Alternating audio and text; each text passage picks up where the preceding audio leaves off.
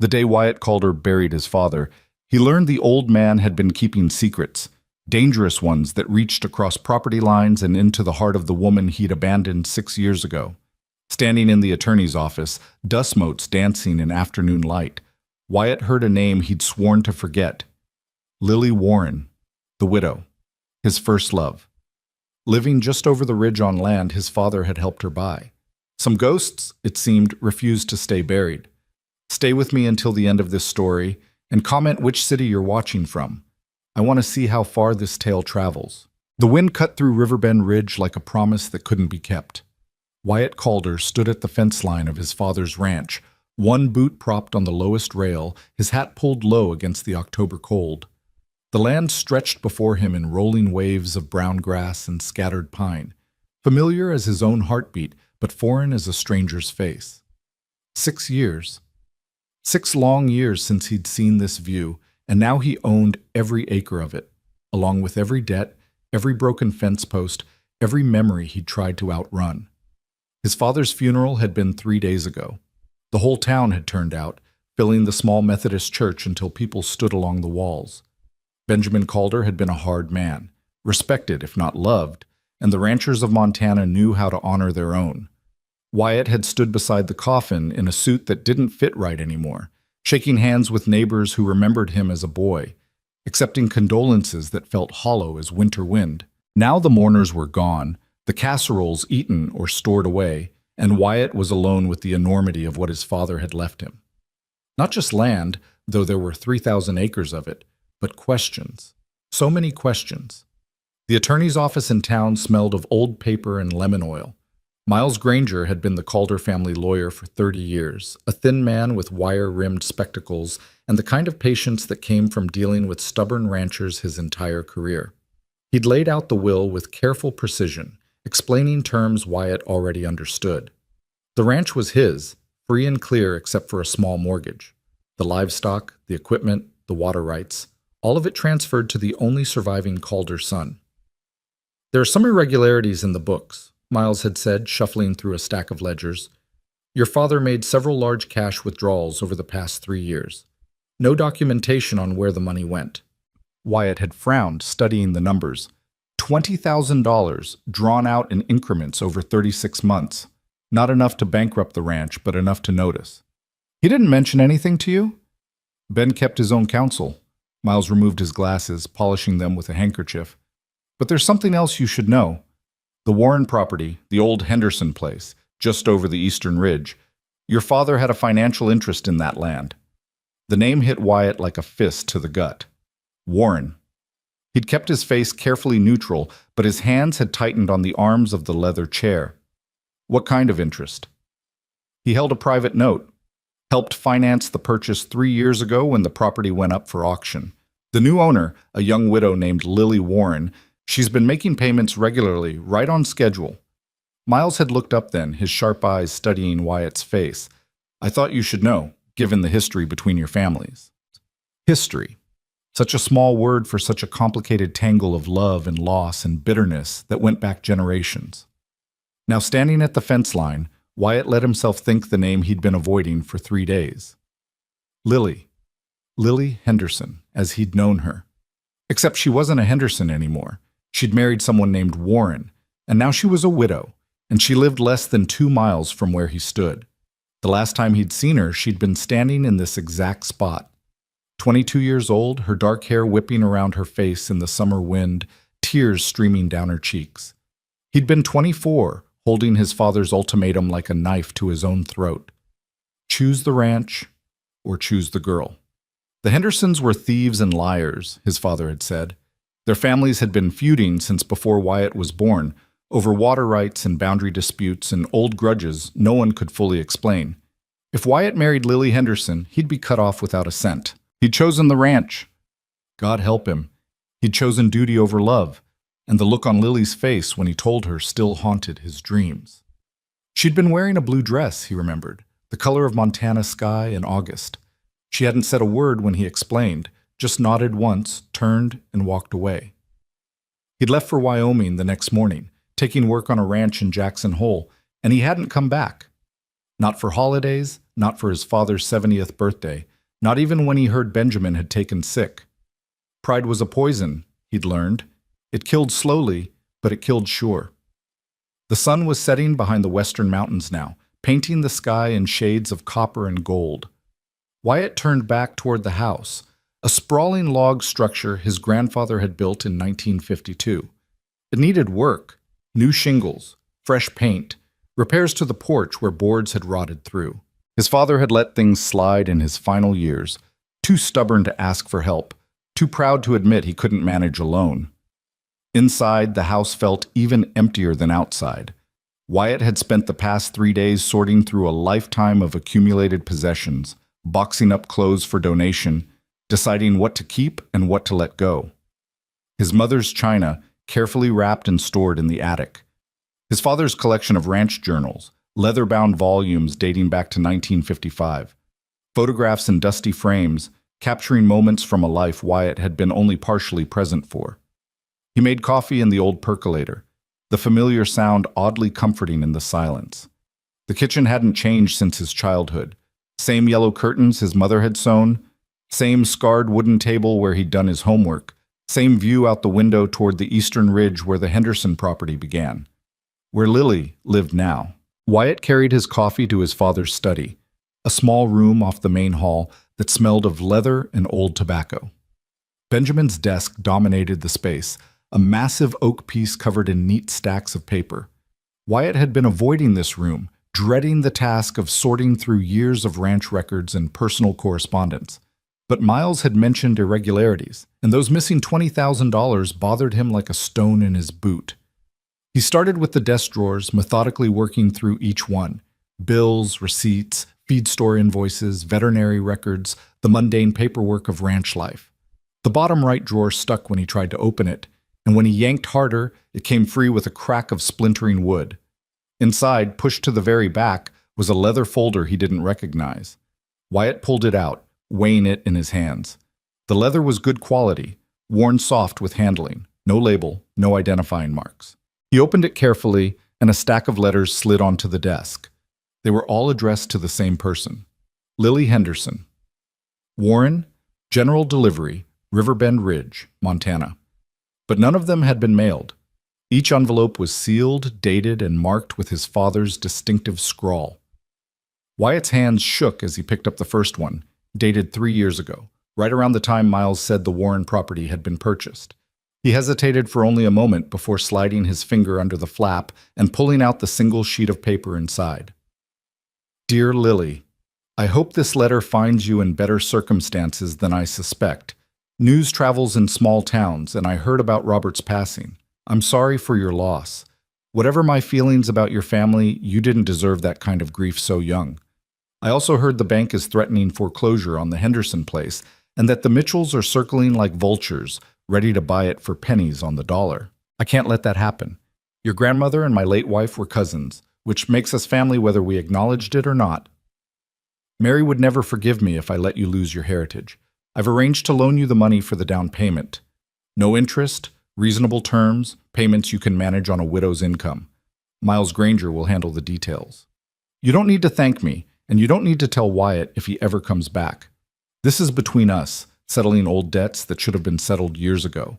I drove your boy away from you, that's on my conscience, and I'll carry it to my grave. I can't undo what was done, but I can do this much. Benjamin Calder.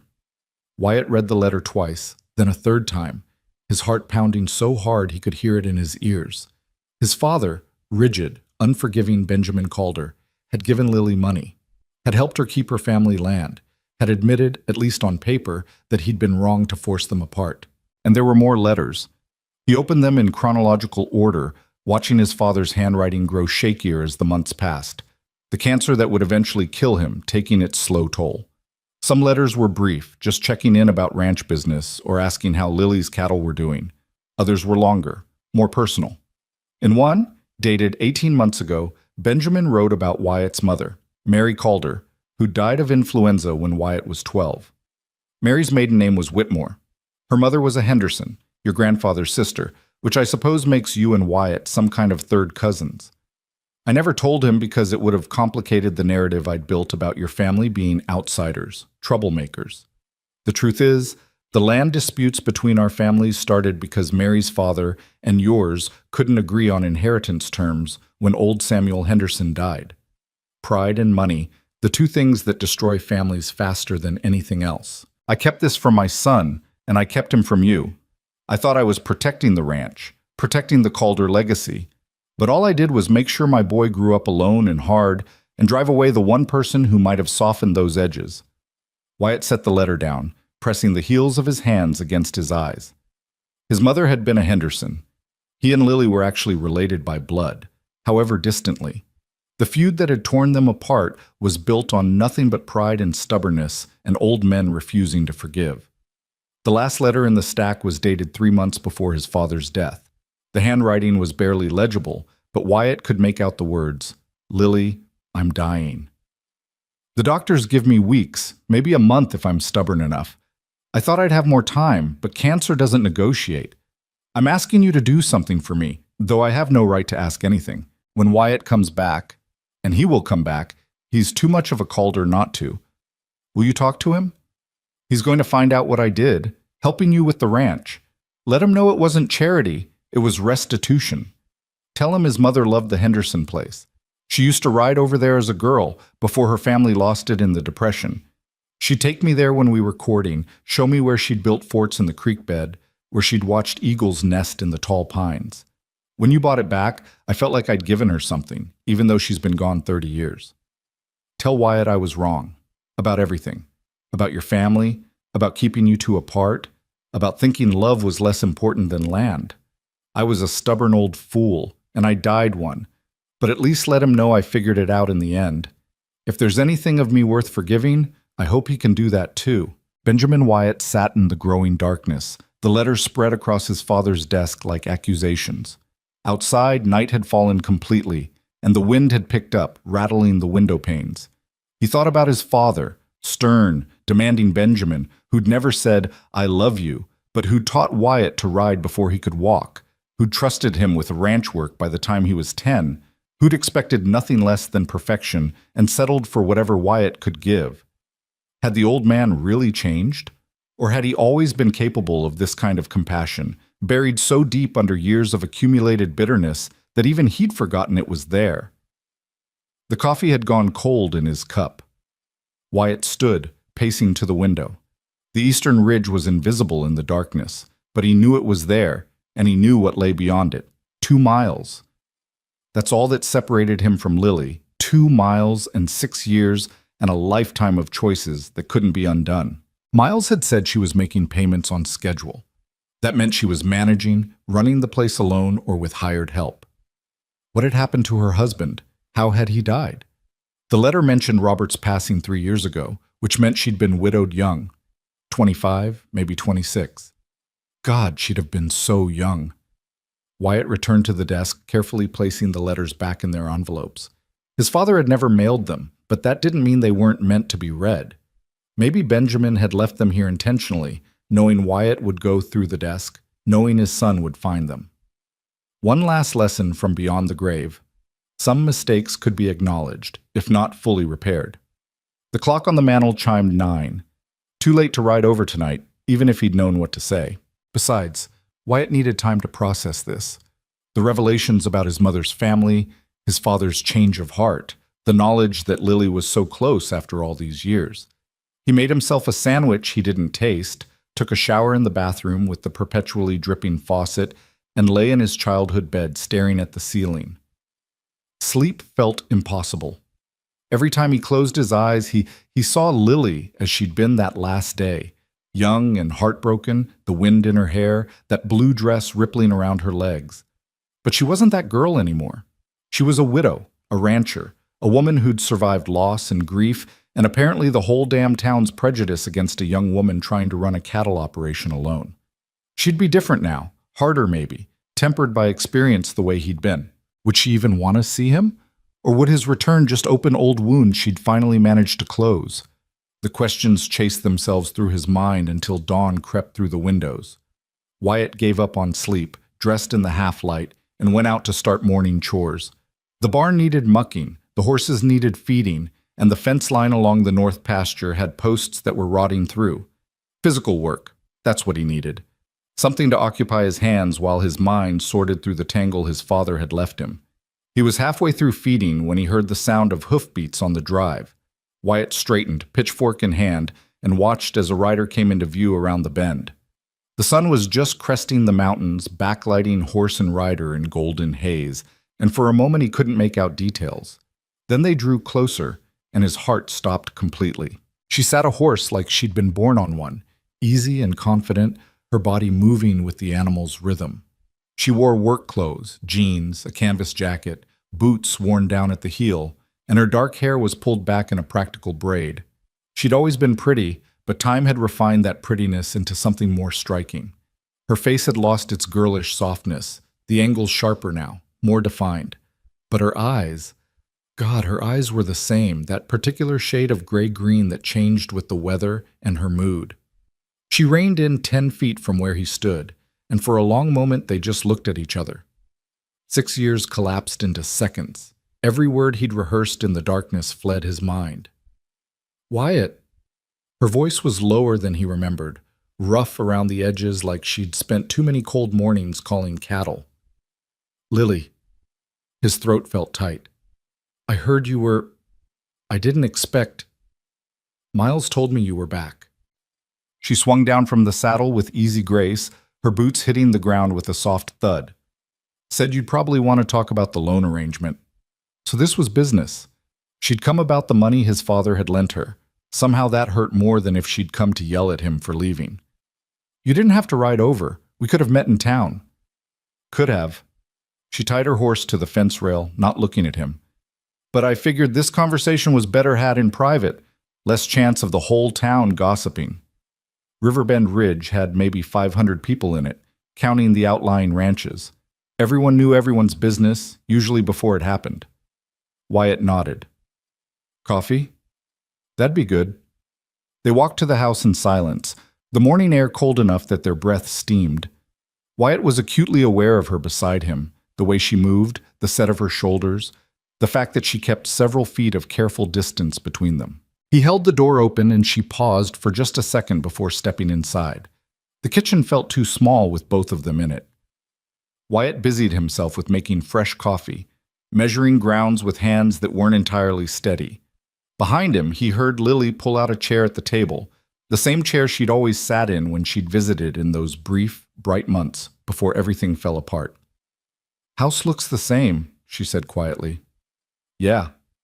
He poured water into the percolator. Dad wasn't much for change. "I'm sorry about Ben. I know you two had your differences, but losing a parent is hard no matter what." Wyatt turned to face her. She was watching him with those changeable eyes, and there was genuine sympathy there, no trace of bitterness or anger. It should have made him feel better. Instead, it made him feel worse, because anger he could have handled. Understanding was harder. "Thank you." He leaned against the counter, crossing his arms. "Miles said Dad helped you buy back the Henderson place. I found his letters, the ones he wrote but never sent. He explained some things." Her expression shifted, surprise flickering across her face. "He kept those? I never knew he was writing them." "You never got them?" "No." She shook her head. "But we talked sometimes. He'd write over every few months, check on how things were going. Never stayed long, never made a big deal of it. Just..." She paused, choosing her words.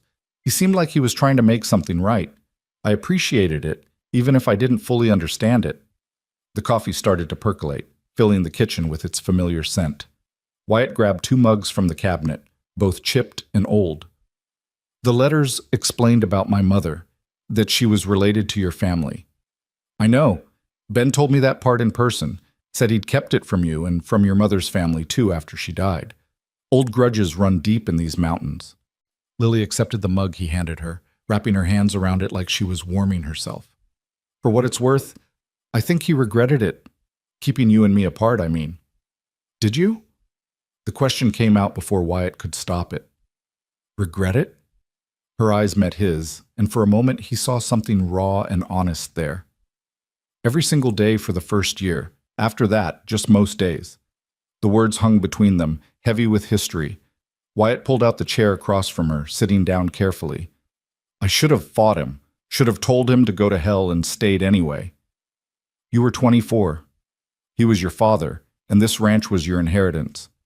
I understood, Wyatt. I didn't like it, but I understood. She took a sip of coffee, her eyes dropping to the table. Besides, I made my own choices after you left. Married Robert Warren, tried to build a different life. This was the opening he'd been waiting for and dreading in equal measure. What happened to him? Your husband. Logging accident. Her voice went flat, carefully neutral. 3 years ago, this December. He was working up near Glacier National Park, helping clear deadfall. Tree came down wrong, and he was in the wrong place at the wrong time. Christ, Lily, I'm sorry. Me too. She looked up at him again. Robert was a good man. Not the love of my life, but good, kind. He treated me well, worked hard, and he didn't deserve to die at 28. Not the love of my life. The words echoed in Wyatt's head, and he hated himself for the small spark of hope they ignited. You've been running the place alone since then? I have help during busy seasons, hire on some local boys for branding and roundup, but mostly it's just me. There was pride in her voice now, a steel he didn't remember from before. I've got 40 head of cattle, a decent string of horses, and I just bought breeding stock from the Morrison Ranch. It's not a big operation, but it's mine, and I'm making it work. On widow's wages and town prejudice. Her smile was sharp. You've been talking to Miles. He mentioned the bank was giving you trouble. The bank gives every woman trouble if she's not married or isn't somebody's daughter. They think we're too emotional to handle money, too weak to manage livestock. The steel in her voice had turned to anger now, controlled but fierce. I've made every payment on time, kept my books clean as a whistle, and I still have to go in there every month and justify myself to Harold Peterson like I'm asking permission instead of conducting business.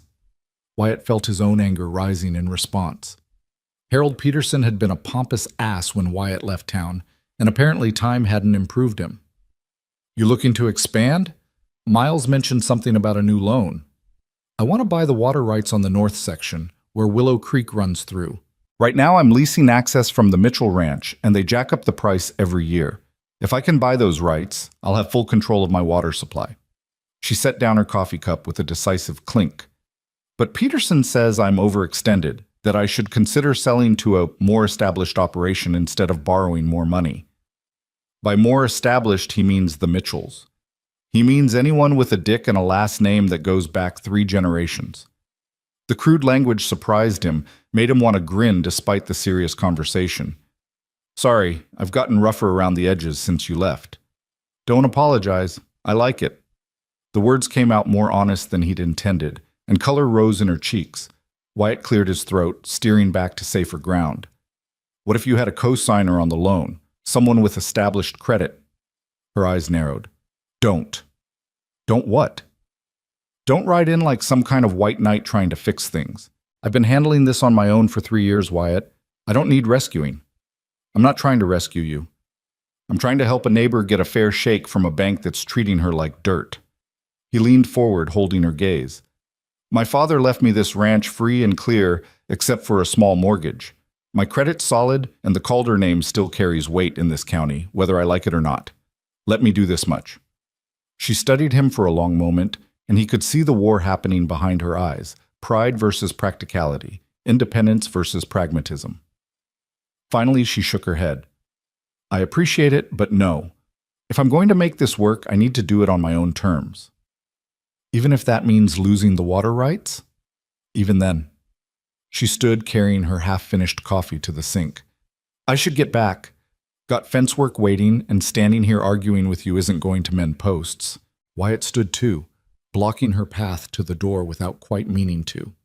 They were close now, closer than they'd been since she arrived, and he could smell the scent of her, horse and hay and something floral that might have been soap. Lily, wait. What? But she didn't move away, and that had to mean something. Have dinner with me. Here, tomorrow night. Let me cook for you. God knows I learned something in 6 years away. And we can talk about something other than loans and land rights. Wyatt? Just dinner. 2 old friends catching up. Nothing more complicated than that. He was lying, and they both knew it, but she didn't call him on it.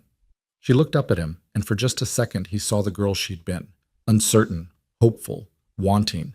Then it was gone, replaced by the careful control of a woman who'd learned not to trust easy promises.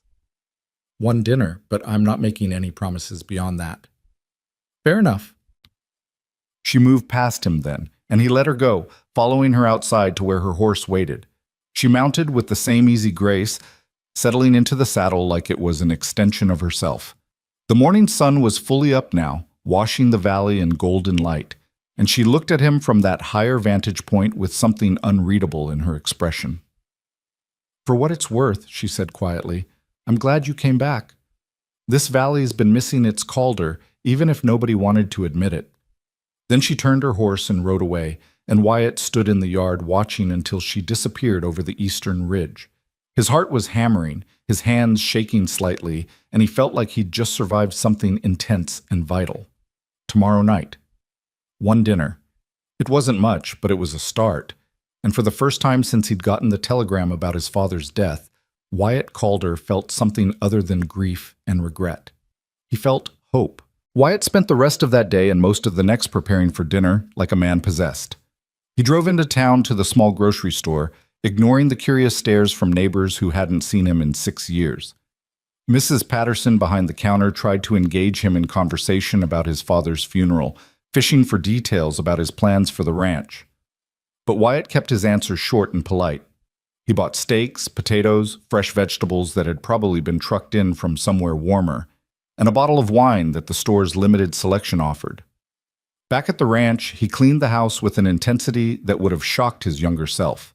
Swept floors, dusted surfaces, scrubbed the bathroom until it gleamed. He changed the sheets on his bed, then felt foolish for doing so. This was just dinner, nothing more.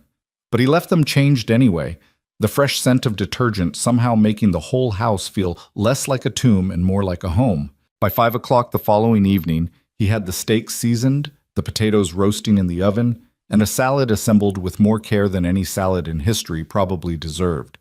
He'd set the table with his mother's good dishes, the ones that lived in the china cabinet and only came out for special occasions.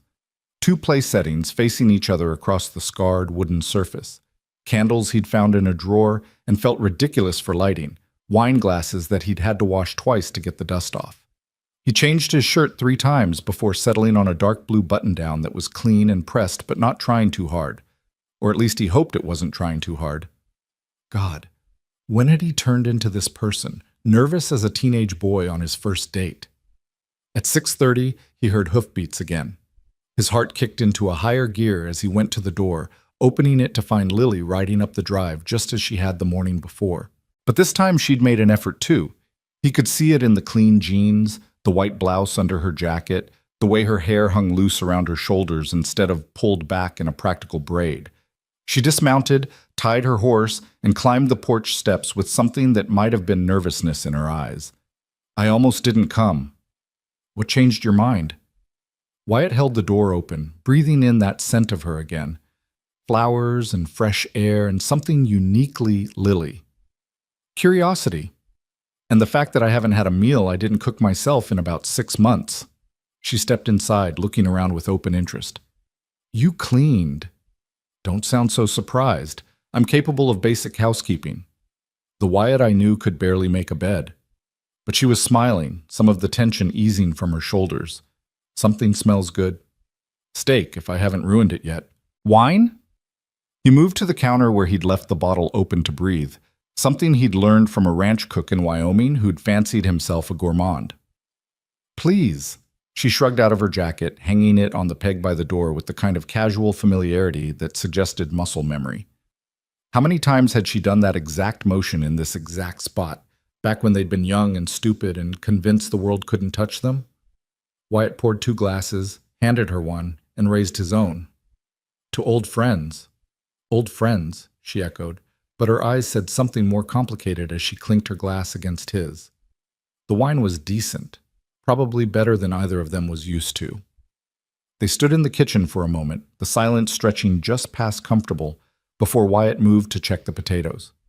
"Dinner's almost ready. Make yourself at home." She wandered to the table, noticing the candles, the good dishes, and something shifted in her expression, softer, more vulnerable. You went to trouble. Some. Seemed like the least I could do after you rode all the way over here.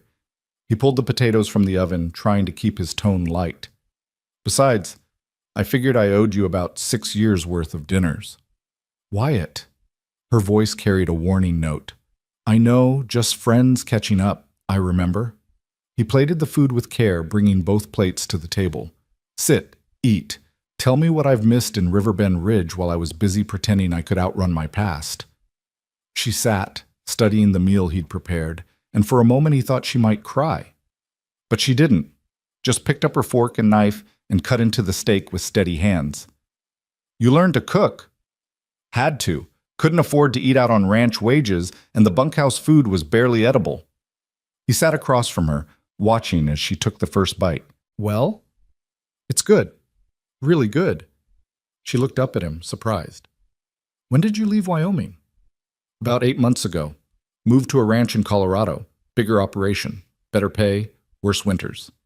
He ate his own food, tasting nothing, too focused on her presence across from him. Got the telegram about Dad in September. Took me 2 days to get here. Were you with him at the end?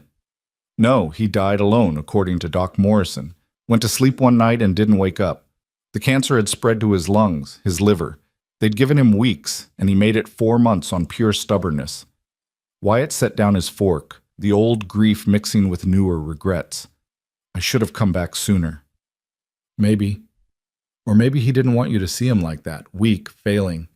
Ben was a proud man. Lily's voice was gentle, understanding in a way he didn't deserve. He talked about you sometimes when he'd ride over. Never directly, but I could tell. He'd mentioned something about the ranch needing work, say how it was too much for one old man, and I knew he was thinking about his son who'd stayed away. Did he ever say why he helped you, beyond what was in those letters? She was quiet for a moment, considering her answer. Once, about 6 months before he died, he rode over in the middle of a snowstorm, scared me half to death. I thought something was wrong, but he just wanted to sit by my fire and talk. We ended up talking for hours about everything and nothing. He told me about your mother, how much he'd loved her, how losing her had turned him hard inside. Said he'd made mistakes with you, pushed too hard, demanded too much. And then he looked at me and said, I took away his chance at happiness because I was too damn stubborn to admit the Hendersons were family. Can't undo that. But I can make sure you don't lose everything too. Wyatt felt his throat tighten. He never said any of that to me. Men like your father don't know how to apologize with words. They do it with actions and hope you're smart enough to figure it out. She took another bite of steak, chewing slowly. I think he wanted you to find those letters. Wanted you to know he'd changed, even if he couldn't tell you himself.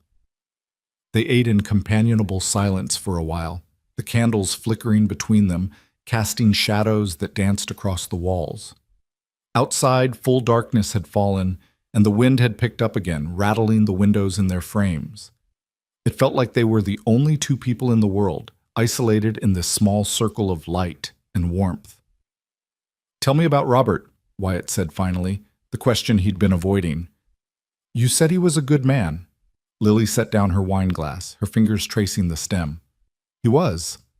Quiet, steady, hard-working. He came to Riverbend Ridge about 7 years ago, looking for logging work in the mountains. We met at a church social, the kind of forced community gathering where everyone's trying to marry off their single people.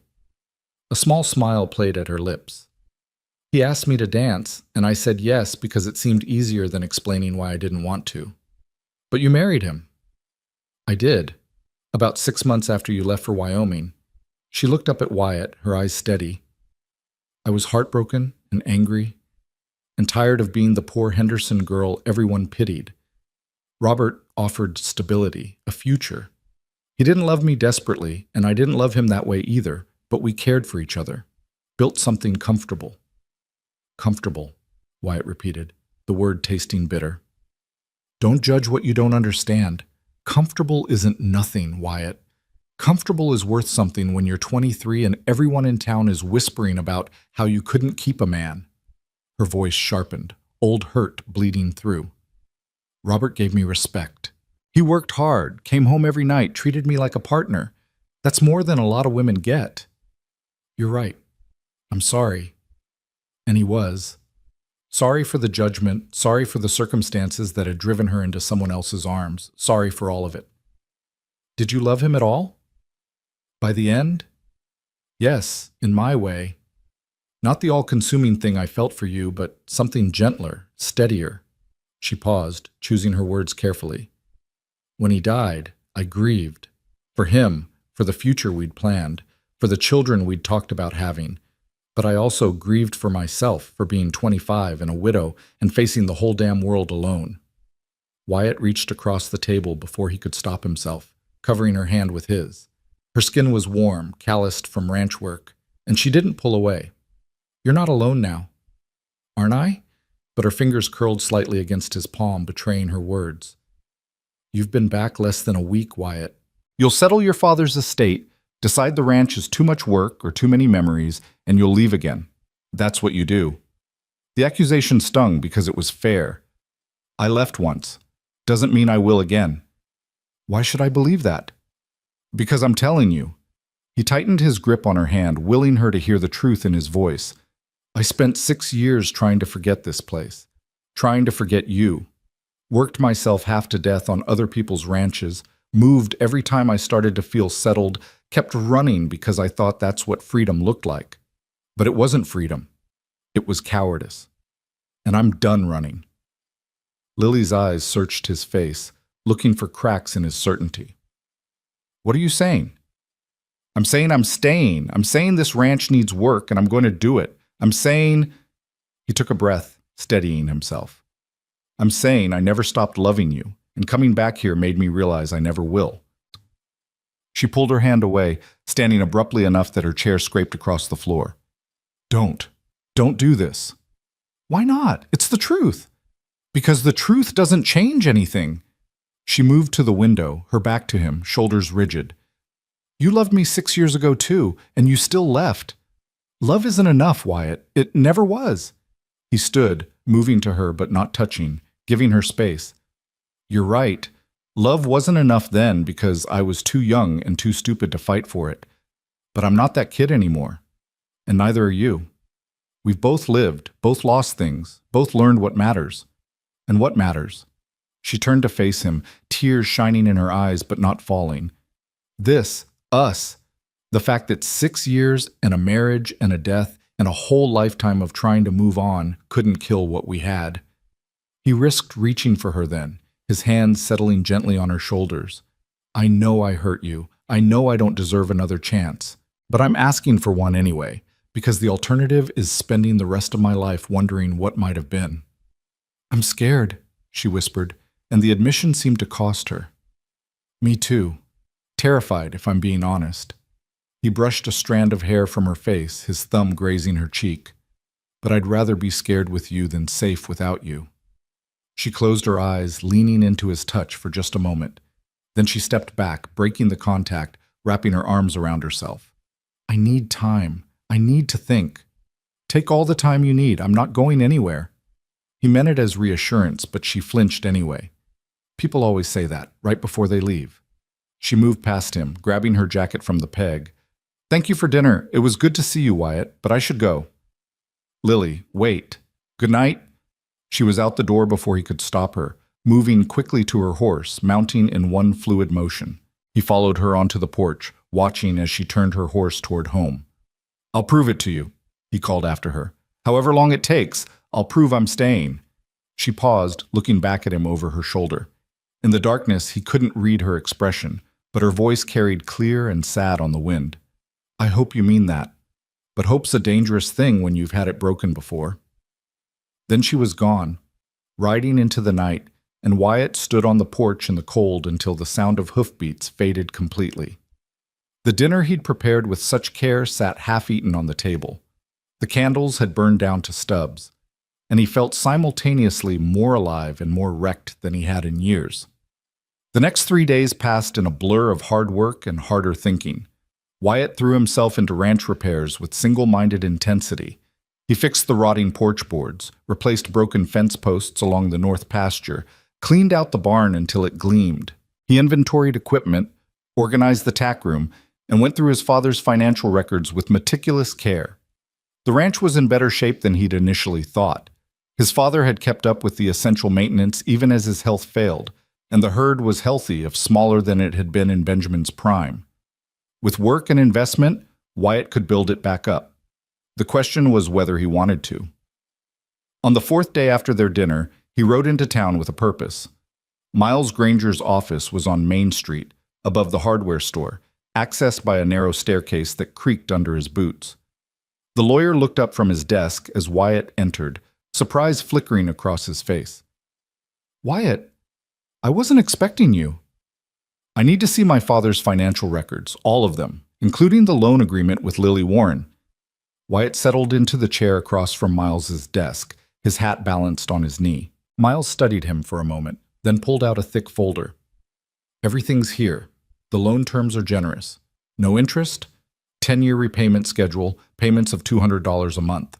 Your father structured it so that if she maintains the payment schedule, she'll own the property free and clear by the time she's 35. Wyatt scanned the documents, noting his father's signature, Lily's careful script countersigning. "And she's never missed a payment?" "Not once. In fact, she's occasionally paid extra when she's had a good season." Miles leaned back in his chair. "She's a smart rancher, Wyatt. Better than most men I've worked with. She just needs a fair shake from the bank." "Which Peterson won't give her." "Harold's old school. Thinks women should stick to cooking and child-rearing." Miles's distaste was evident.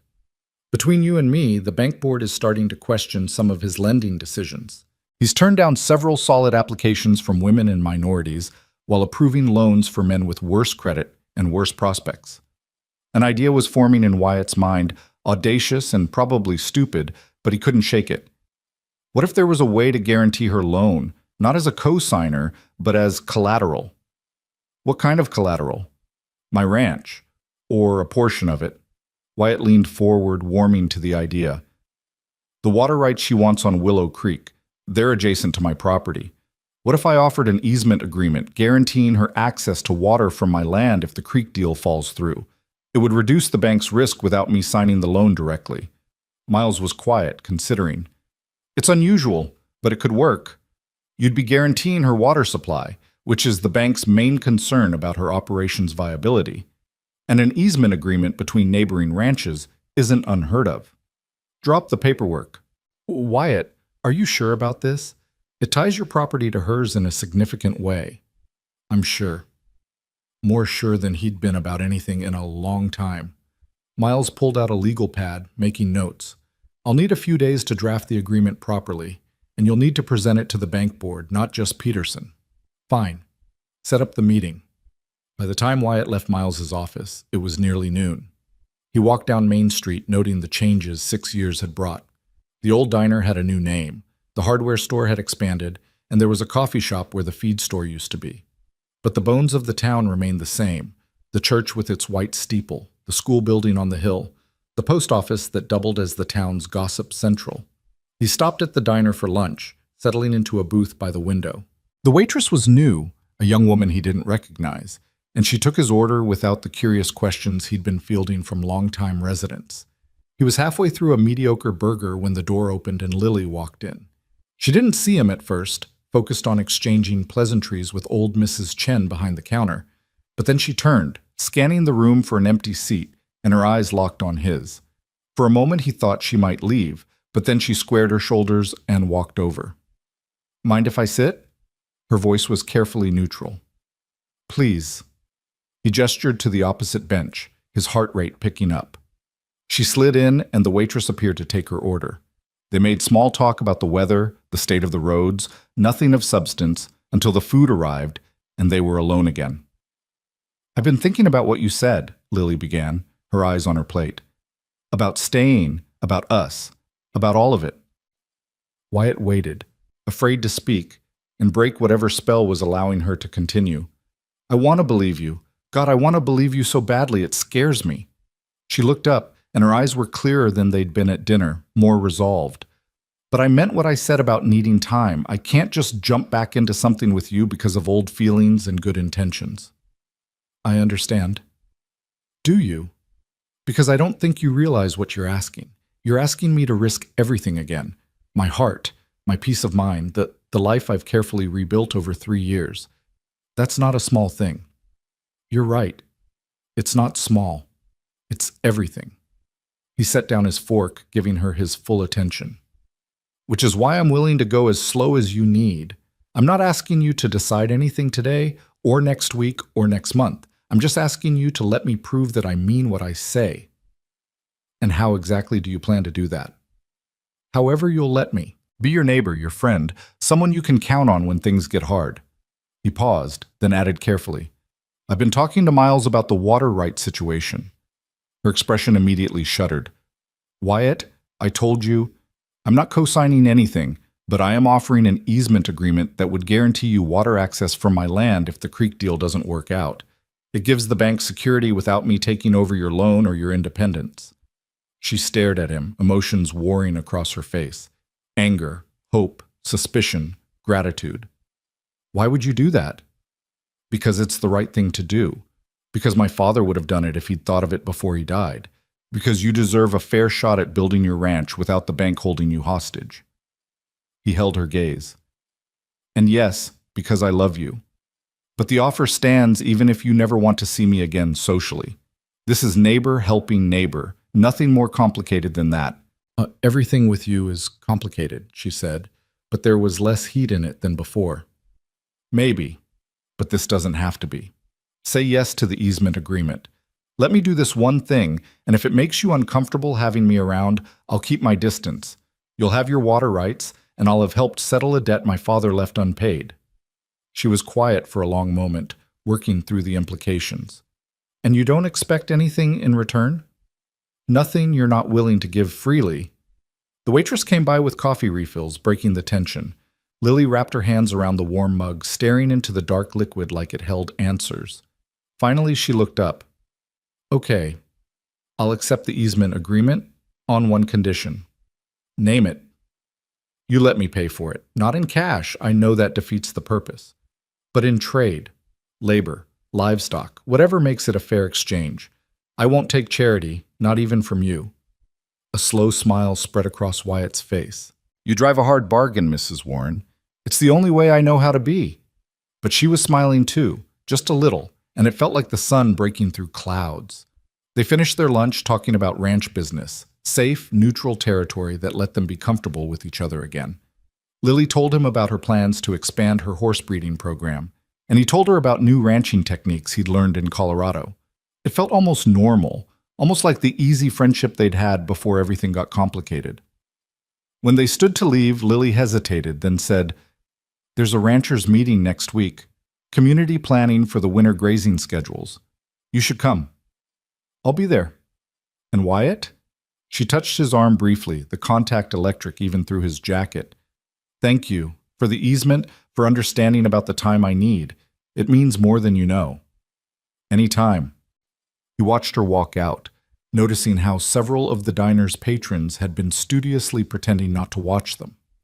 By tomorrow, the whole town would know they'd had lunch together, and by next week there would be rumors about wedding bells. Small towns never changed, but this time, maybe the rumors wouldn't be entirely unwelcome. The ranchers' meeting was held in the community hall, a drafty building that served as everything from polling place to square dance venue depending on the season. Wyatt arrived early, claiming a seat in the middle of the folding chairs set up in rows. The hall slowly filled with his father's old friends and rivals, weathered men in Wranglers and work shirts, a handful of women who ran their own spreads, and the younger generation trying to keep family ranches alive in an era of corporate agriculture. Lily came in with a group from the Southern Valley, and Wyatt felt half the room's eyes swing between them as she deliberately chose a seat 2 rows ahead of him. She wore a dark green shirt that brought out the color in her eyes, and her hair was pulled back in a practical bun. All business, no nonsense, and completely beautiful. The meeting started with the usual bureaucratic nonsense, minutes from the last gathering, financial reports, committee updates. Then they got to the meat of it, winter grazing rotation. The Valley's ranchers had been coordinating their schedules for decades, making sure no one overgrazed the public lands they all depended on. Harold Peterson, who apparently served on every board in town, droned on about sustainable practices and environmental responsibility while clearly having no understanding of actual ranch work. Wyatt saw more than one rancher roll their eyes, but Peterson had political connections and a loud voice, so everyone tolerated him. Then they got to individual ranch updates, and Lily stood to present her plans. She outlined her expanded herd, her rotation schedule, her request for additional grazing allotment based on her growing operation. She was clear, confident, and thoroughly professional, exactly what any rancher would present. Peterson interrupted her. Mrs. Warren, the committee has concerns about allocating additional resources to your operation given the uncertainty about your water access situation. My water access is secure, Lily replied, her voice level. I'm in the process of purchasing the rights to Willow Creek, and I have backup arrangements in place. Purchasing with money you don't have yet. The bank hasn't approved that loan. Peterson smiled, and it wasn't friendly. Perhaps it would be more responsible to maintain your current allotment until your financial situation stabilizes. Wyatt felt his temper rise. He stood before he'd consciously decided to speak. The Calder Ranch is providing Mrs. Warren with an easement agreement guaranteeing water access regardless of the creek purchase. Her operation is as stable as any here. The room went silent. Every head turned to stare at him, then at Lily, then back again. Peterson's face reddened. Mr. Calder, I don't believe you're on the speaking list. I am now, and I'm vouching for the Warren Ranch's viability. She's got solid management, growing livestock, and now guaranteed water. There's no reason to deny her request unless you're operating on prejudice instead of policy. Now see here. No, you see here. Wyatt walked down the aisle to stand beside Lily, who was looking at him with wide eyes that might have been gratitude or horror. He couldn't tell. My father worked with Mrs. Warren for 3 years and never had a single complaint. She pays her debts, manages her land responsibly, and contributes to this community. If the committee denies her request, it better be based on sound ranch management principles, not on the fact that she's a woman running an operation alone. One of the older ranchers, Tom Morrison, stood up. The boy's right. Lily Henderson, Warren, has done nothing but work herself half to death keeping that place running. I say we approve her request. Another voice joined in, then another. Peterson tried to maintain control of the meeting, but momentum had shifted. Within 15 minutes, Lily's expanded grazing allotment was approved by voice vote, and Peterson was left sputtering about proper procedures. After the meeting ended, several ranchers came up to clap Wyatt on the shoulder and welcome him back. A few asked pointed questions about his relationship with Lily, which he deflected with practice ease. Through it all, she stood to the side, talking with Tom Morrison about cattle prices, but Wyatt caught her glancing at him more than once. Finally, the crowd thinned, and they were left nearly alone in the emptying hall. Lily walked over, her arms crossed, her expression unreadable. That was quite a speech. You were being treated unfairly. Someone needed to say something. I could have handled Peterson myself, but there was no real anger in her voice. I know you could have. But you shouldn't have to handle prejudiced nonsense alone when you have neighbors who can back you up. He shoved his hands in his pockets, suddenly unsure. I hope I didn't overstep. You did. But she paused, and a smile tugged at her lips. But I'm glad you did. Thank you, Wyatt, for standing with me. It's been a long time since anyone has. Get used to it. I meant what I said about being someone you can count on. They walked out together into the cold November night. The first snow of the season was starting to fall, light flakes that wouldn't amount to much but promised harder weather to come. Their horses were tied side by side at the hitching post, and they stood there for a moment, neither quite ready to leave. Will you come to dinner again? Wyatt asked, taking a chance. Same deal as before, just 2 friends, no pressure. Lily looked up at the falling snow, considering. Then she looked at him, and in her eyes he saw the walls coming down, brick by careful brick. Same deal as before, huh? Where you cook something that makes me realize I've been eating poorly for 3 years? Something like that. Okay, but this time I'll bring dessert. I might not be much of a cook, but I make a decent apple pie. It's a deal. She mounted her horse, settling into the saddle with that easy grace he'd come to love watching. Good night, Wyatt Calder. Good night, Lily Warren. He watched her ride into the snowy darkness, and this time when she disappeared, he didn't feel the same crushing weight of loss. This time felt like a beginning instead of an ending, like maybe, just maybe, some stories got second chances. The snow fell harder, covering the valley in white, and Wyatt rode home to a house that didn't feel quite so empty anymore. There was work to be done, fences to mend both literal and metaphorical, and a future to build from the ruins of the past. But for the first time since he'd gotten the telegram about his father's death, Wyatt felt like he was exactly where he was supposed to be. Home. Not running, not hiding, not trying to forget. Just home. With the woman he'd never stopped loving slowly, carefully, starting to trust him again. It was enough. For now, it was more than enough. The snow that had started the night of the ranchers' meeting didn't let up for 3 days. By the time it finally stopped, the valley lay buried under 8 inches of white, and the temperature had dropped low enough that Wyatt's breath froze in clouds every time he stepped outside. Winter had arrived early and hard, the way it sometimes did in Montana, and every rancher in the valley scrambled to ensure their livestock had adequate shelter and feed. Wyatt spent those 3 days working from dawn until well past dark, moving cattle to lower pastures, checking water sources to make sure they hadn't frozen solid, and reinforcing the barn against winds that howled down from the mountains like wolves.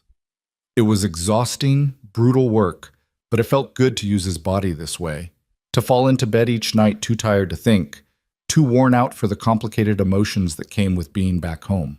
On the 4th day, the sun finally broke through the clouds, turning the snow-covered valley into something magical. Everything sparkled in the bright light, pristine and untouched except for the tracks of deer and elk that had ventured down from the higher elevations. Wyatt was in the barn, mucking out stalls, when he heard a horse approaching at speed. He emerged into the brilliant sunlight, squinting, and saw Lily riding hard up the drive. Something was wrong. He could tell by the way she sat the saddle, the urgency in her movements. His heart kicked into overdrive as she pulled up, her horse blowing hard, steam rising from its flanks. "Wyatt, I need help." Her face was pale, her eyes wide with worry. "It's one of my mares. She's foaling early and something's wrong. The vet's stuck on the other side of the valley. Roads are still impassable. I can't do this alone." He was already moving toward his own horse before she finished speaking. "Give me 2 minutes." He grabbed his coat and gloves, called out to his ranch hand Jimmy to finish the morning chores, and was mounted within 90 seconds. They rode out together, pushing through the snow as fast as they dared, the cold air burning in their lungs. Lily didn't speak, all her focus on getting home, and Wyatt matched her pace, his mind running through what little he knew about difficult births. The Henderson place, he still thought of it that way despite the name change, looked smaller than he remembered but well maintained. The barn was newer than his, with a metal roof that shed snow efficiently.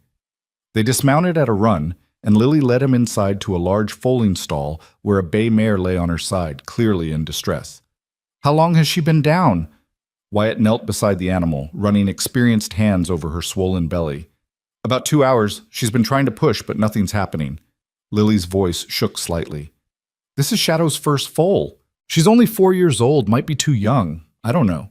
"Hey." Wyatt looked up at her, projecting a calm he didn't entirely feel. "We're going to help her. You've done this before, right?" "Twice, but both times were normal births. Nothing like this." She knelt on the mare's other side, stroking the animal's neck, murmuring reassurances. Wyatt rolled up his sleeves and began a careful examination. What he found made his stomach clench. The foal was breech, coming backward instead of front hooves and nose first. It wasn't impossible to deliver, but it was dangerous for both mare and foal, and time was critical. "It's breech," he said quietly. "I'm going to try to turn it, but I need you to keep her calm. Talk to her. Keep her still as much as possible." Lily's face went white, but she nodded, positioning herself at the mare's head, continuing her low, soothing words. Wyatt said a quick prayer to anyone who might be listening and began the delicate, difficult work of reaching inside to manipulate the foal into a better position. The mare thrashed, crying out, and Lily held her head, tears streaming down her face as she whispered encouragement. Wyatt worked as carefully as he could, sweat dripping despite the cold. His entire focus narrowed to the feel of the tiny hooves he was trying to reposition. Minutes stretched like hours. His arms ached, his back screamed in protest, But slowly, incrementally, he felt the foal begin to turn. "Come on, little one," he muttered. "Work with me here. Just a little more." And then suddenly the foal was in position, front hooves first, and the mare gave a tremendous push. Wyatt guided the foal as it emerged, slick and dark and impossibly small. Another push, and the head came free. One more, and the entire foal slid out onto the straw bedding, still wrapped in its membrane. Wyatt quickly cleared the membrane from the foal's nose and mouth, and after a heart-stopping moment, it took its first gasping breath. The mare lifted her head, nickering, and somehow found the strength to turn and begin licking her baby clean. Lily let out a sound that was half laugh, half sob. Will they be okay?" "I think so." Wyatt sat back on his heels, shaking with adrenaline and relief. "The foal's breathing well, and the mare's responding. We'll need to watch them closely for the next few hours, but I think they're going to make it." She launched herself at him without warning, throwing her arms around his neck, and he caught her automatically, both of them kneeling in the straw and afterbirth, and not caring even a little bit. She was crying in earnest now, her face pressed against his shoulder, and he held her tight, one hand stroking her hair, murmuring the same kind of reassurances she'd been giving the mare. "I was so scared," she whispered against his neck. "I thought I was going to lose her, lose them both, and I didn't know what to do." "But you didn't lose them. They're fine, Lily. You're fine. Everything's fine." He pulled back enough to look at her face, using his thumbs to wipe away her tears. "You did exactly the right thing, coming to get help." "I came to you." Her eyes locked on his, gray-green and swimming with emotion. "When I needed someone, I came to you." The weight of that admission hung between them. Wyatt cupped her face in his hands, heedless of the mess on them, and said, "And I'll always be there when you need me. Always, Lily. I meant what I said." She kissed him, just leaned forward and pressed her lips to his, tentative and sweet and tasting of salt from her tears. For a second, Wyatt froze in shock, and then he was kissing her back, 6 years of longing and regret and love pouring into the contact. Her hands fisted in his shirt, pulling him closer, and he obliged, wrapping his arms around her waist and losing himself in the sensation of finally having her back. When they broke apart, both breathing hard, the foal was struggling to stand on wobbly legs, and the mare was watching them with liquid brown eyes that seemed almost knowing. "I'm sorry," Lily said, though she didn't move away from him. I shouldn't have." "Don't." Wyatt rested his forehead against hers. "Don't apologize for the best thing that's happened to me in 6 years. I said I needed time, and I'll give you all the time you need. But right now, in this moment, can we just be here? Be us?" She nodded, and they stayed like that, holding each other in the straw, while new life stumbled and found its footing beside them. Eventually they pulled apart, both self-conscious now, and turned their attention back to mare and foal. The little one, a filly with a white star on her forehead, was nursing, and the mare seemed content despite her ordeal. "She's beautiful," Lily said softly, watching the pair with undisguised love. "What will you name her?" "Hope." Lily glanced at him, a small smile playing on her lips. "Because she came when I'd almost given up on things working out." The words carried layers of meaning neither of them was quite ready to speak out loud. Wyatt reached for her hand, and she let him take it, their fingers lacing together naturally. They stood like that for a long time, watching the foal nurse, neither wanting to break the spell of this moment. Finally, practical concerns intruded. The mare needed fresh water and feed, the stall needed cleaning, and they both needed to wash off the evidence of the difficult birth. They worked together with easy efficiency, falling into a rhythm that felt familiar despite the years apart. Lily brought clean straw while Wyatt mucked out the soiled bedding. He carried water while she mixed a special mash to help the mare recover her strength. When the work was done and they'd ensured both animals were stable, they walked to the house, a small, neat structure with blue shutters and a front porch that wrapped around 2 sides. Wyatt had never been inside during their brief courtship, and he felt oddly nervous crossing the threshold now. The interior was simple but comfortable, with feminine touches that spoke of Lily's personality. Quilts draped over furniture, books stacked on side tables, photographs on the walls showing people he didn't recognize. Her life for the past 6 years, the parts he hadn't been there for. I should make coffee, Lily said, moving toward the kitchen with that purposeful energy he recognized as her way of dealing with overwhelming emotion. And we should eat something. When was the last time you ate? Breakfast, I think. What time is it now? She glanced at the clock on the wall. Nearly 3 in the afternoon. No wonder I'm starving.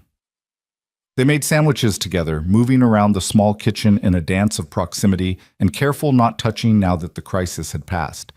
The kiss in the barn hung between them, acknowledged but not discussed, present in every glance and accidental brush of hands.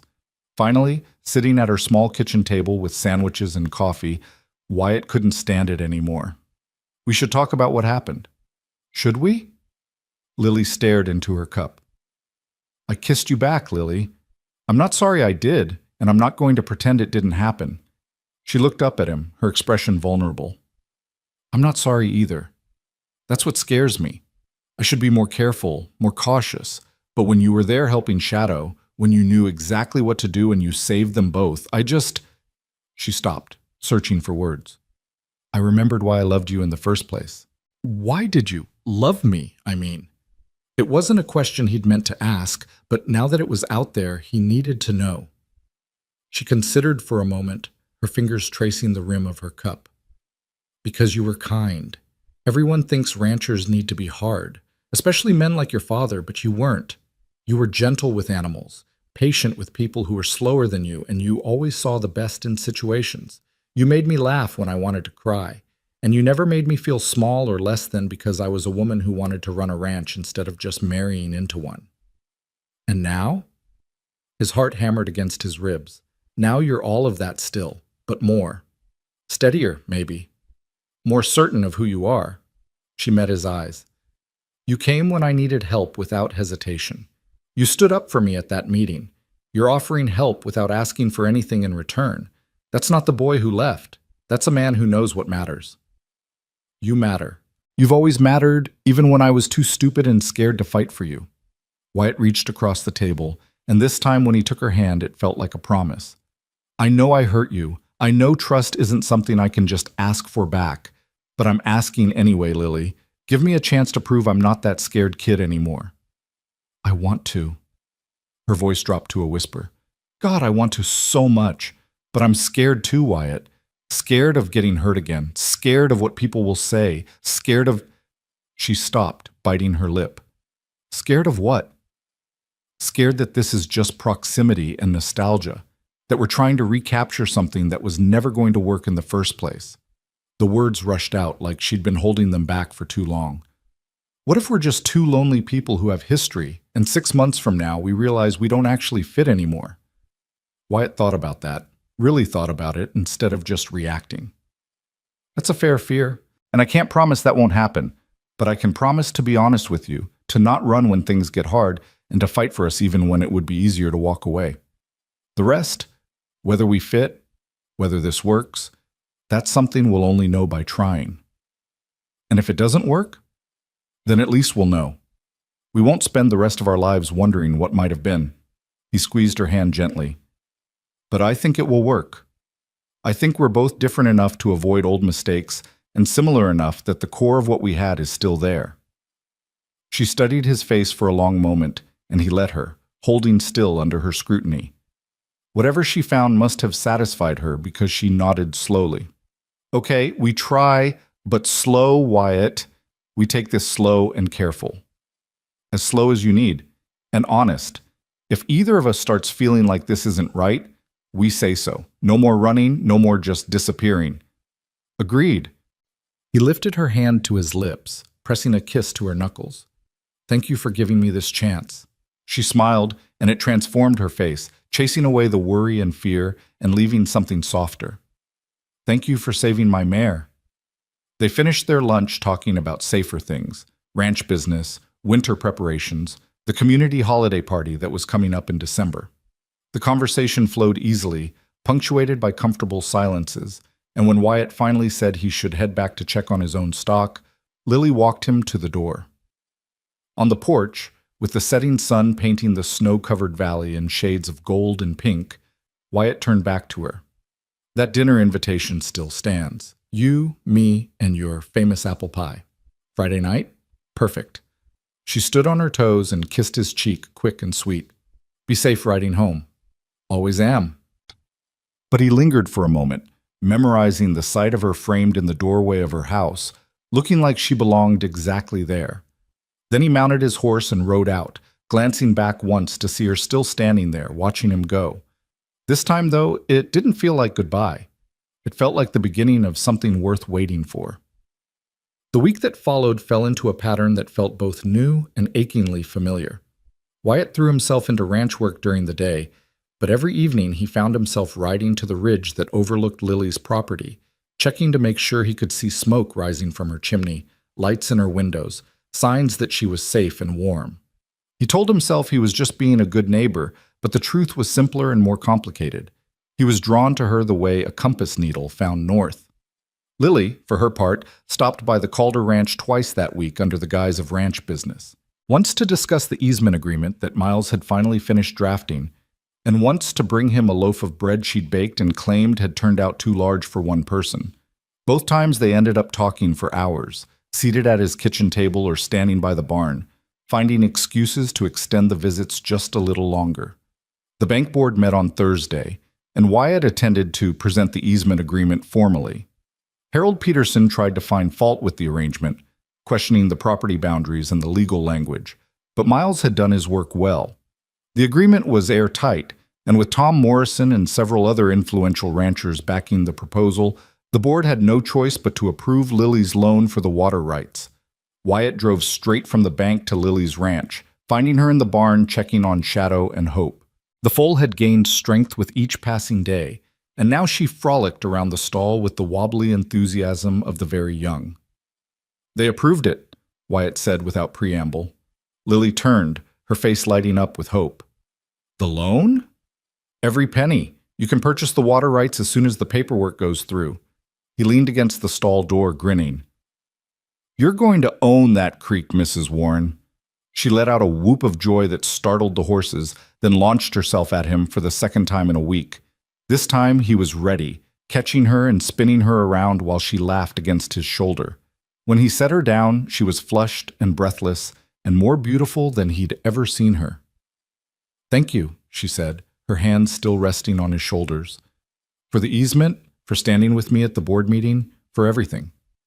You would have gotten it on your own merits eventually. Maybe, but this is faster, and this winter is going to be hard. Having that water secured means everything. She pulled back slightly, her expression turning serious. I meant what I said about paying you back for the easement. I won't take something for nothing. And I told you we'd work something out. But right now, I'm more interested in collecting on another debt. At her questioning look, he added, You owe me an apple pie and a dinner, remember? Her laugh was like music. That's tomorrow night. I haven't forgotten. Good, because I've been thinking about that pie for days. Just the pie? Her eyes held a challenge, playful and warm. Well, the company's not bad either. She swatted his arm, but she was smiling, and when she went back to checking on the horses, Wyatt stayed, helping with evening chores and not wanting to leave. They worked together as the sun set, falling into an easy partnership that felt right in a way nothing had in years. Friday evening arrived with clear skies and temperatures that had moderated enough to make the ride between ranches pleasant instead of punishing. Wyatt prepared dinner with even more care than the first time, determined to show Lily that his cooking skills weren't a fluke. He made roasted chicken with herbs from his mother's old garden that he'd somehow kept alive through the autumn, root vegetables from the cellar, and fresh rolls that he'd practiced making twice during the week to get right. Lily arrived right on time, riding up just as the sun touched the western mountains. She carried a pie tin wrapped in a kitchen towel, and she'd worn a dress, nothing fancy, just a simple dark blue cotton that brought out her eyes and reminded him achingly of that last day 6 years ago. You wore blue, he said as he helped her down from her horse. She blushed slightly. I remembered you always liked this color on me. That admission, small as it was, made his heart soar. He offered his arm, and she took it, letting him escort her inside like they were heading to a church social instead of a simple dinner between neighbors. The meal was everything Wyatt had hoped for. The food turned out well, the conversation flowed easily, and Lily relaxed in a way he hadn't seen since he'd been back. She told him stories about the past 3 years, the struggles and small victories of running a ranch alone, the way the community had slowly come to respect her competence, the loneliness that sometimes overwhelmed her on winter nights. "I used to pretend you were just in the next room," she admitted over her second glass of wine, her cheeks flushed from alcohol and firelight. "Those first few months after you left, I'd come in from chores and imagine you were there, reading the paper or fixing something that had broken. It was pathetic, but it got me through." "It's not pathetic. I did the same thing, except I'd imagine what you were doing at that exact moment. 7 in the morning, she's feeding the horses. Noon, she's checking fence lines. Evening, she's watching the sunset from the porch." He reached across the table and she met him halfway, their hands clasping. "I tried to forget you, Lily, tried to convince myself I'd made the right choice, that duty mattered more than love. But I couldn't. Every woman I met, I compared to you. Every sunset made me wonder if you were watching the same sky. Why didn't you come back sooner?" Pride, shame, fear that you'd moved on and wouldn't want to see me. He paused, then added with painful honesty, "And fear that you would want to see me. And I'd have to admit I'd wasted 6 years we could have had together." "They weren't wasted," she said softly. "We both needed to grow up, to become who we are now. The people we were at 22 and 24, I don't know if they could have made it work. Too young, too malleable by what other people wanted. And now? Now I know who I am. I know what I want. And I'm old enough to fight for it instead of just accepting what life hands me." Her eyes held his, steady and sure. "I want this, Wyatt. I want us to try." He came around the table then, pulling her up from her chair and into his arms. This kiss was different from the one in the barn, less desperate, more intentional. A promise instead of an accident. She melted against him, her hands sliding up to tangle in his hair, and he held her like she was precious and necessary and his. When they finally broke apart, both breathing hard, Wyatt rested his forehead against hers. "Stay. Please stay." "I can't." But she didn't move away, her body still pressed against his. "Not yet. When that happens, if that happens, I need it to be right. Not rushed, not caught up in the moment." "I understand." And he did, even as his body protested. "But can you stay for pie and coffee? And maybe some of those talks that last until midnight?" She smiled, reaching up to cup his face. "I can stay for all of that." They settled on the couch in front of the fire, the pie forgotten for the moment, and talked the way they used to when they were young, and the future seemed like something they could shape with their bare hands. Lily told him about her dreams for the ranch, not just survival, but true success, a breeding operation that would be known throughout Montana. Wyatt shared his own plans for rebuilding his father's legacy, healing the wounds that Benjamin's stubbornness had created in the community. "He tried to make amends," Lily said, her head resting on Wyatt's shoulder, his arm around her waist. "Your father, I mean. Those last few months, he'd ride over and just talk, not about anything important, just weather and cattle and the small things that make up a life. I think he was lonely. He pushed everyone away. That was his gift, making sure no one could hurt him by keeping them at arm's length." Wyatt stared into the fire, thinking about the letters, the unsent apologies. "I'm not going to make his mistakes. I'm not going to let pride or fear keep me from the people I love." "Good." She tilted her face up to his. "Because I'm not letting you run away again. If this gets hard, and it will get hard, we talk it through. We fight if we need to, but we don't run." "Deal." He kissed her again, softer this time, sealing the promise. They stayed like that until the fire burned low and the clock struck midnight. Lily finally stirred, reluctance in every movement. "I should get home. Morning chores come early. I'll ride with you part way. You don't need to." "I want to." So they rode out together under a sky so clear the stars looked close enough to touch, their horses walking side by side, their breath steaming in the cold air. At the ridge where their properties met, they stopped, looking down at the valley spread below them. "My mother used to ride here," Wyatt said quietly. "Dad told me in one of those letters. She'd come here as a girl, before her family lost the land, and she'd watched the eagles nest in those pines. He pointed to a stand of tall trees on what was now Lily's property. "I've seen them," Lily said.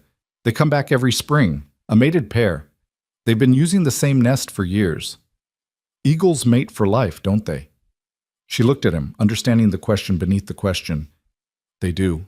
Loyal until death." "That's what I want," Wyatt said, holding her gaze.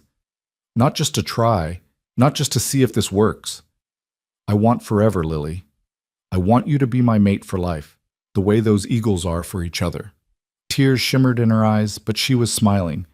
"That's a big thing to say after 2 weeks of dinners and hard work. I've known you for 8 years and loved you for 7. The 2 weeks are just me finally getting brave enough to fight for what I should have fought for the first time around." He reached for her hand, their horses standing close enough to allow the contact. "I'm not asking you to marry me tonight. I know we need time, need to prove to ourselves and each other that this is real and lasting. But I'm telling you my intentions so you know where I'm headed." "Forever," she whispered. "That's terrifying."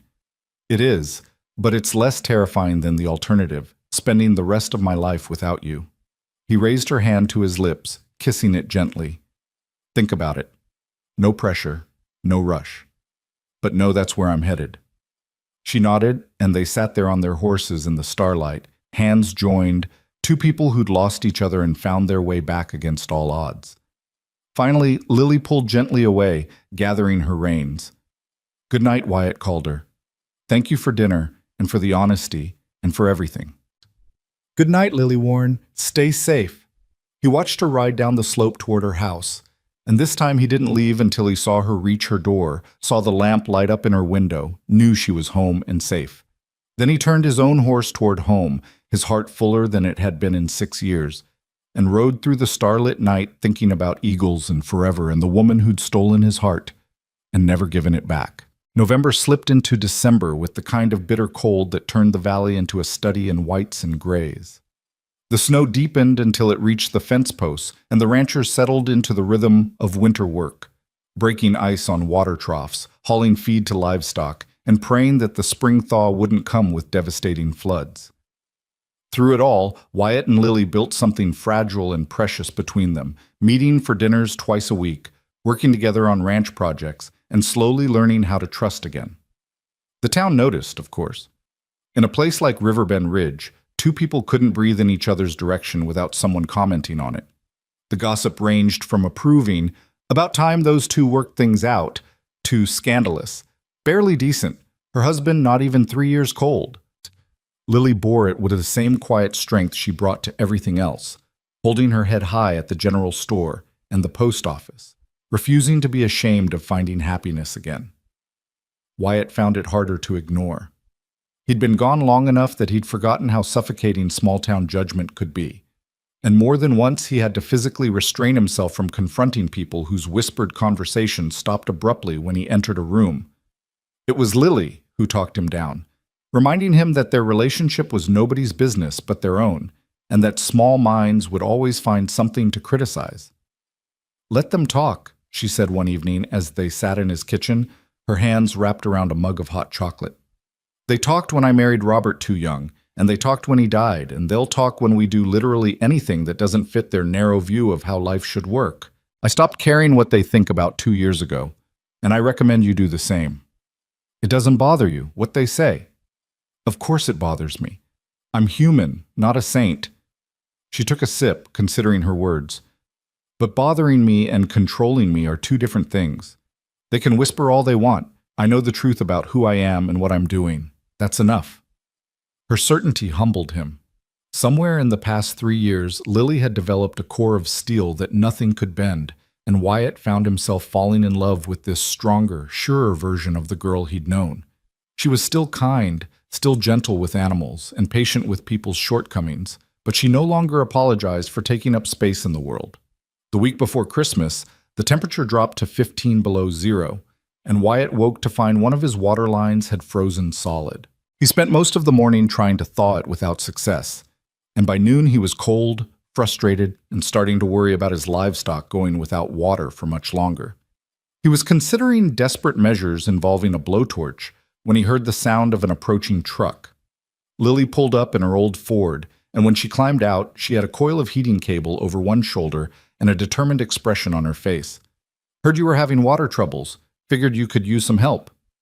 "How did you hear that?" "I haven't told anyone." "Tom Morrison's son drove past this morning and saw you digging around the pump house. Word travels." She hefted the cable. "This should do the trick. We'll wrap it around the pipe, plug it in, and give it a few hours to thaw from the outside in." They worked together in the bitter cold, Wyatt following Lily's instructions as she showed him the technique her late husband had taught her. Her hands were steady despite the temperature, her movements efficient and practiced. Within an hour, they had the cable installed and plugged in, and she pronounced it good enough to leave while they warmed up inside.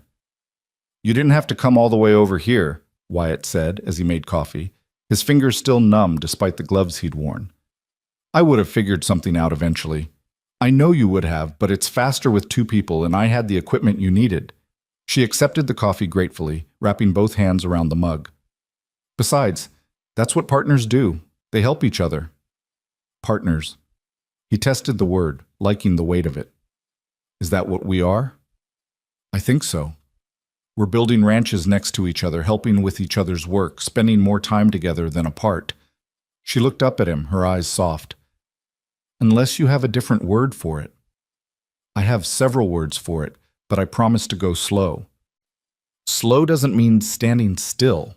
She set down her coffee and moved closer, her hands finding his waist. "I've been thinking about what you said at the Ridge, about forever and eagles and intentions." Wyatt's heart hammered against his ribs. And I think I'm ready to stop being quite so careful. I'm not saying we rush into anything, but maybe we stop pretending this is just two neighbors being friendly." Her fingers curled in his shirt. "Maybe we admit we're courting, officially, the way people did when things like that mattered." Courting. A smile spread across his face. "I like that. Old-fashioned and intentional." "Very intentional." She rose on her toes, brushing her lips against his. "So," Wyatt called her, "I'm giving you permission to court me properly, with all the seriousness and commitment that implies."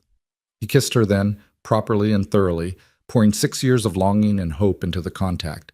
Her arms came up around his neck, and she pressed closer, and for several long minutes the frozen pipes and the bitter cold and the gossiping town all ceased to exist.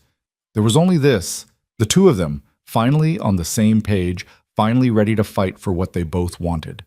When they broke apart, both breathing hard, Wyatt rested his forehead against hers. "I should warn you, I take courting very seriously. There will be flowers and proper dates, and me asking permission to hold your hand like we're teenagers." She laughed, the sound bright in the quiet kitchen. "I look forward to all of it." They spent the rest of the afternoon checking on the water line, which eventually thawed, and then moving hay to Wyatt's cattle in the far pasture. Working side by side had become natural over the past month, their movements synchronized in a way that came from growing familiarity and deeper connection. By the time the sun started to set, they were both exhausted but satisfied with the day's work. "Stay for dinner," Wyatt said as they walked back to the house, the snow crunching under their boots. "I picked up steaks in town yesterday, and I make a decent baked potato." "I should probably get home. Or you could stay, and we could sit by the fire and talk about how we're going to handle the town, knowing we're officially courting." He caught her hand, lacing their fingers together. "Plus, it's too cold to ride home on an empty stomach." She pretended to consider, but her smile gave her away. "When you put it that way, I suppose I could be convinced." Dinner was simple but good, and afterward they settled on the couch in front of the fire, just as they had that night weeks ago. But this time there was a new ease between them, a settled quality that came from having declared their intentions. Wyatt pulled her close, and she tucked herself against his side like she belonged there, her head resting on his shoulder. "Tell me about your mother," Lily said quietly. "You never talked about her much, even before." Wyatt was quiet for a moment, gathering memories that had faded with time. "She was gentle, patient in a way my father never was. She'd sing while she worked, old songs her mother taught her. And she loved this valley with everything in her." He gestured toward the window, where darkness had fallen and stars were beginning to emerge. "Dad said she used to ride to your property, the Henderson place, and spend hours just watching the land. I think losing her family's claim to that property broke something in her. I wish I'd known her. She would have loved you, would have been thrilled that I'd found someone who understood ranch life, who wanted to build something instead of just inherit it. He pressed a kiss to Lily's hair. She died too young, 42, and the influenza took her in less than a week. I remember Dad sitting by her bed, holding her hand, and I'd never seen him look so helpless. After she was gone, he just hardened, like he decided loving someone that much wasn't worth the pain of losing them. But you don't believe that? No, I think the love was worth it, even knowing how it ended. He had 20 years with her, 20 years of being happy, and then 30 years of being bitter because he couldn't get past the grief. Wyatt tightened his arm around Lily. I don't want to be like him. I don't want to waste time being afraid of loss instead of grateful for what I have. She tilted her face up to his. Then don't. Be here, with me, and let's make the most of whatever time we get. They kissed again, slow and sweet, and Wyatt felt something settle in his chest, a sense of rightness that had been missing for 6 years. This was where he belonged. Not just in this house or on this ranch, but with this woman, building a future that honored the past without being imprisoned by it. The community Christmas party arrived on a Saturday night, held in the same drafty community hall where the ranchers' meeting had taken place. The whole town turned out, bringing covered dishes and homemade desserts, everyone dressed in their Sunday best and determined to celebrate despite the harsh winter. A local band played in one corner, fiddle, guitar, and accordion producing the kind of music that made feet tap and hands clap. Wyatt and Lily arrived separately, but found each other immediately, drawn together like magnets. She wore a dark green dress that brought out the color of her eyes, and she'd left her hair down, falling in soft waves around her shoulders. Wyatt felt his breath catch at the sight of her, all grace and strength and quiet beauty. "You look beautiful," he said, taking her hand and not caring who saw. "You clean up pretty well yourself, cowboy." She smiled up at him, and he saw none of the nervousness he'd expected. If anything, she seemed more relaxed than usual, like she'd made peace with whatever judgment the town might pass. They ate together, danced when the music was right, and circulated among the other ranchers with Wyatt's hand possessively on the small of Lily's back.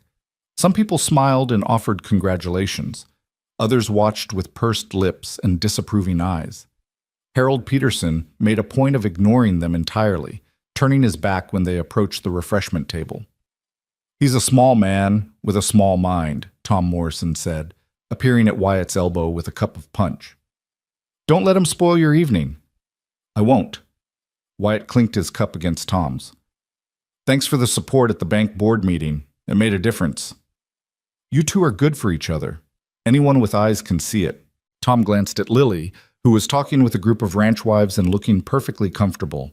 "She's had a hard few years, that girl. Nice to see her smiling again."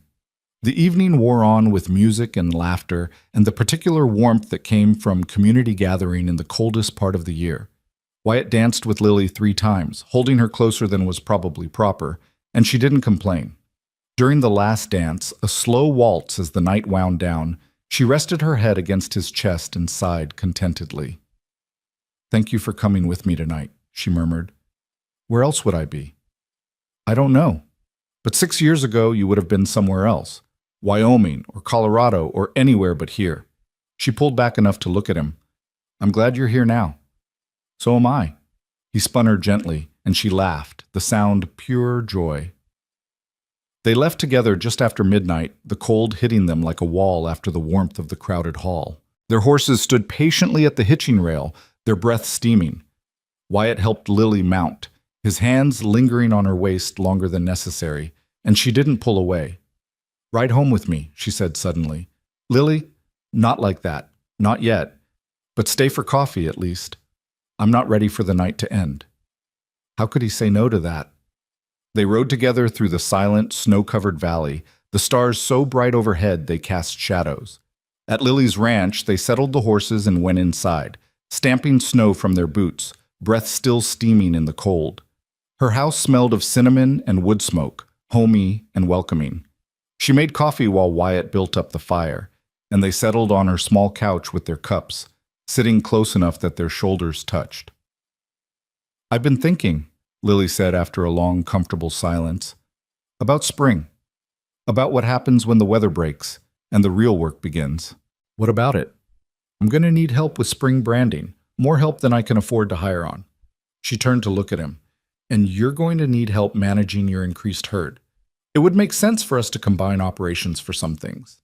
Share equipment, share labor, work together instead of separately. That's very practical.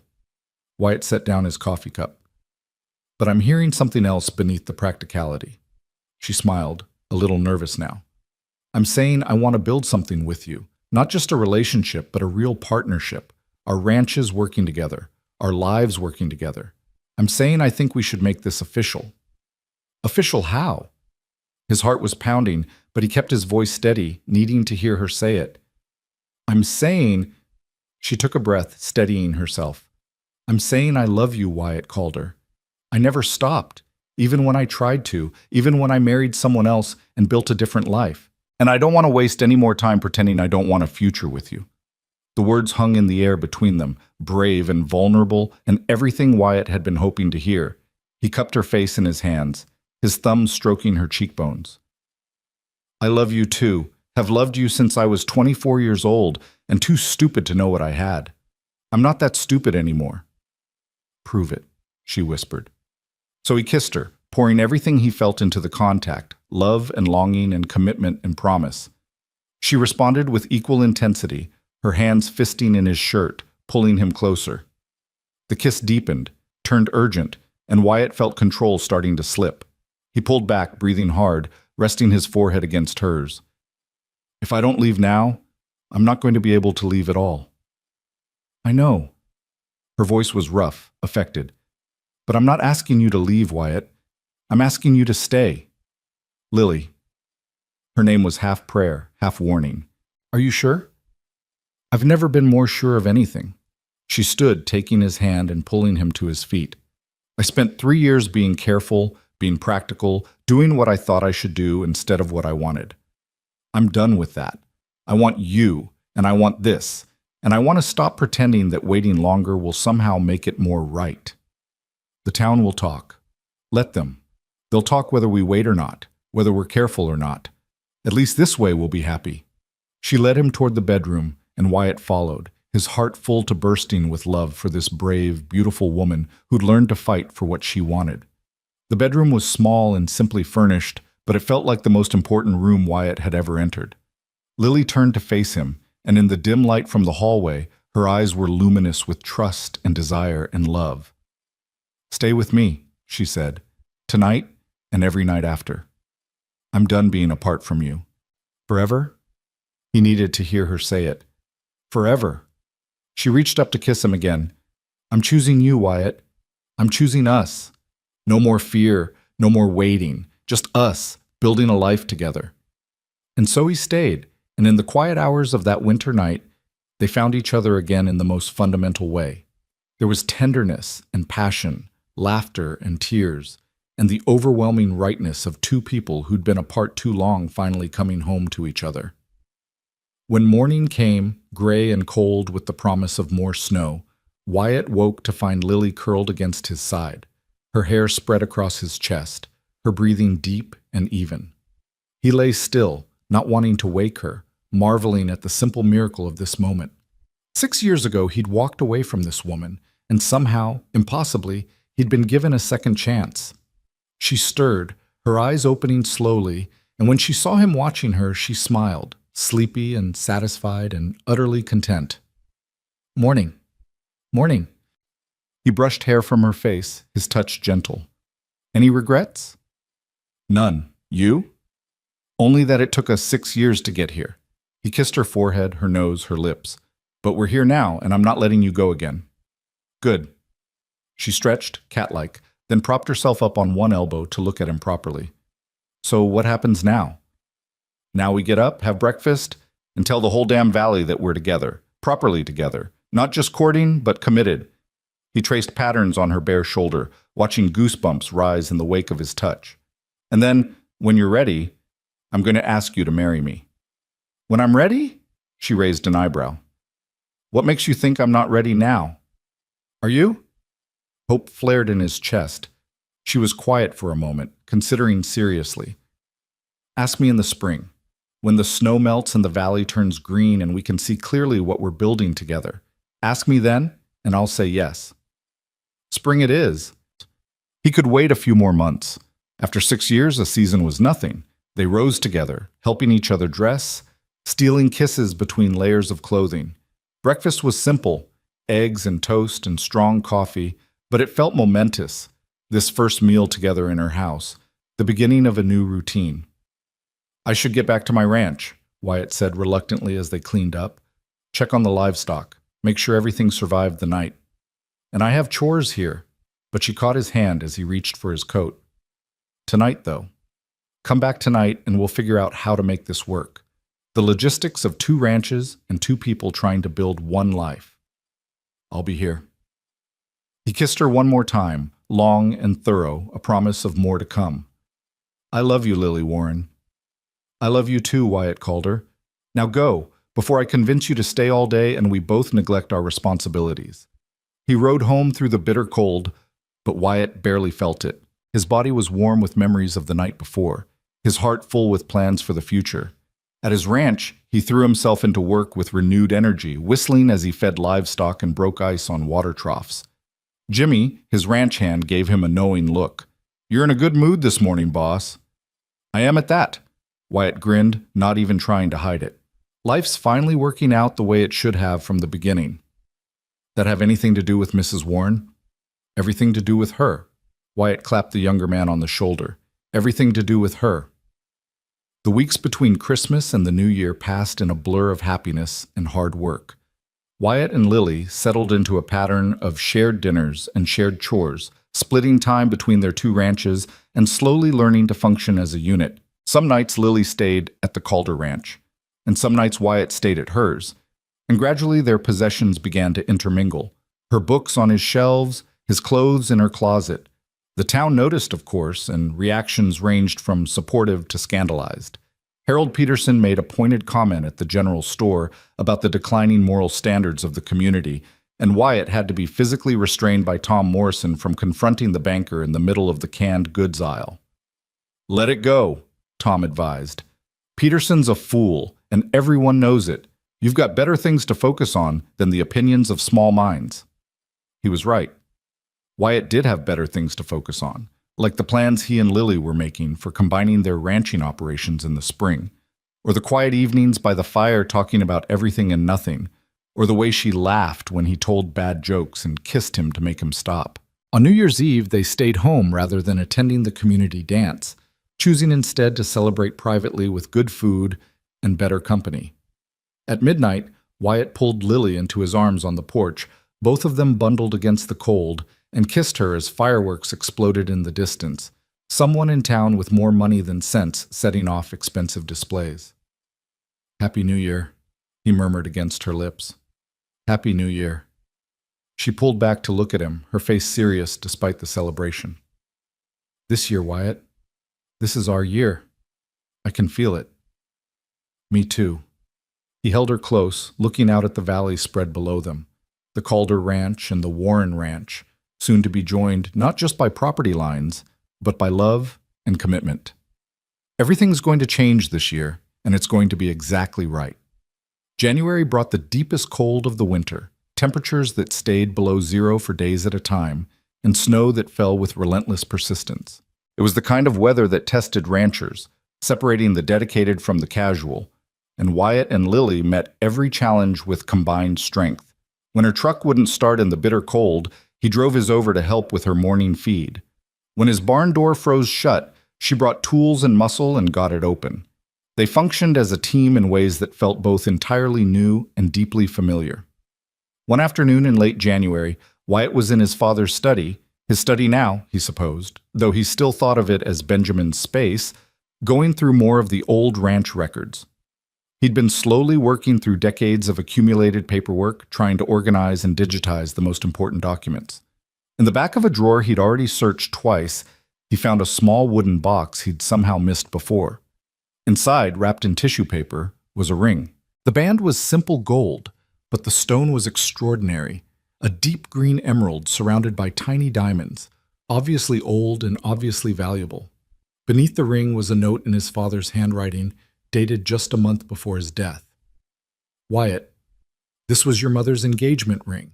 My mother gave it to me to give to Mary, and Mary wore it for 20 years until she passed. I've kept it safe, waiting for you to find someone worthy of it. If you're reading this, I'm gone, and I hope you've had the sense to make things right with Lily. She's Henderson blood through her grandmother, which makes her family whether you knew it or not. Give her this ring when the time comes. It belongs with her, and with the future you two should build together. I'm sorry I kept you apart. Don't make my mistakes. Choose love over pride.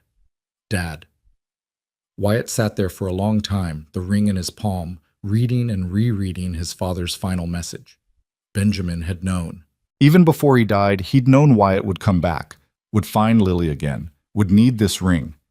It was his father's blessing from beyond the grave, permission and encouragement all wrapped up in a family heirloom. That evening, Lily arrived for dinner carrying a pot of soup she'd made, claiming Wyatt's cooking was good, but he needed to learn to make things that weren't steak. He let her bustle around his kitchen, watched her move through his space like she belonged there, and felt the ring burning a hole in his pocket where he'd transferred it. Not yet. They'd agreed on spring, and he would honor that. But soon, very soon. They ate together, talking about the day's work and the weather forecast, and Tom Morrison's new bull that he was charging outrageous stud fees for. Normal, everyday conversation that felt precious precisely because it was normal. This was what Wyatt had missed during those 6 years away. Not grand gestures or dramatic moments, but this quiet domesticity, the simple pleasure of sharing space and time with someone he loved. After dinner, they settled on the couch, and Lily pulled out a notebook she'd been keeping. I've been making plans for the spring for how we're going to coordinate everything between the ranches. Show me. She walked him through her ideas, shared equipment purchases, coordinated grazing schedules, a combined spring branding that would save time and money for both operations. It was practical and intelligent, the kind of planning that came from real ranching experience. There's something else, she said, her voice dropping slightly. A bigger idea, but I wanted to run it by you first. I'm listening. What if we didn't just coordinate between ranches? What if we actually combined them, legally merged the operations into one entity? She looked up at him, nervous but excited. We'd maintain separate property ownership but operate as a single ranch. Shared books, shared profits, shared everything. It would make us more competitive, give us better buying power, and she stopped, biting her lip. And it would be the first step toward a fully combined life, Wyatt finished for her. Yes. She set down the notebook.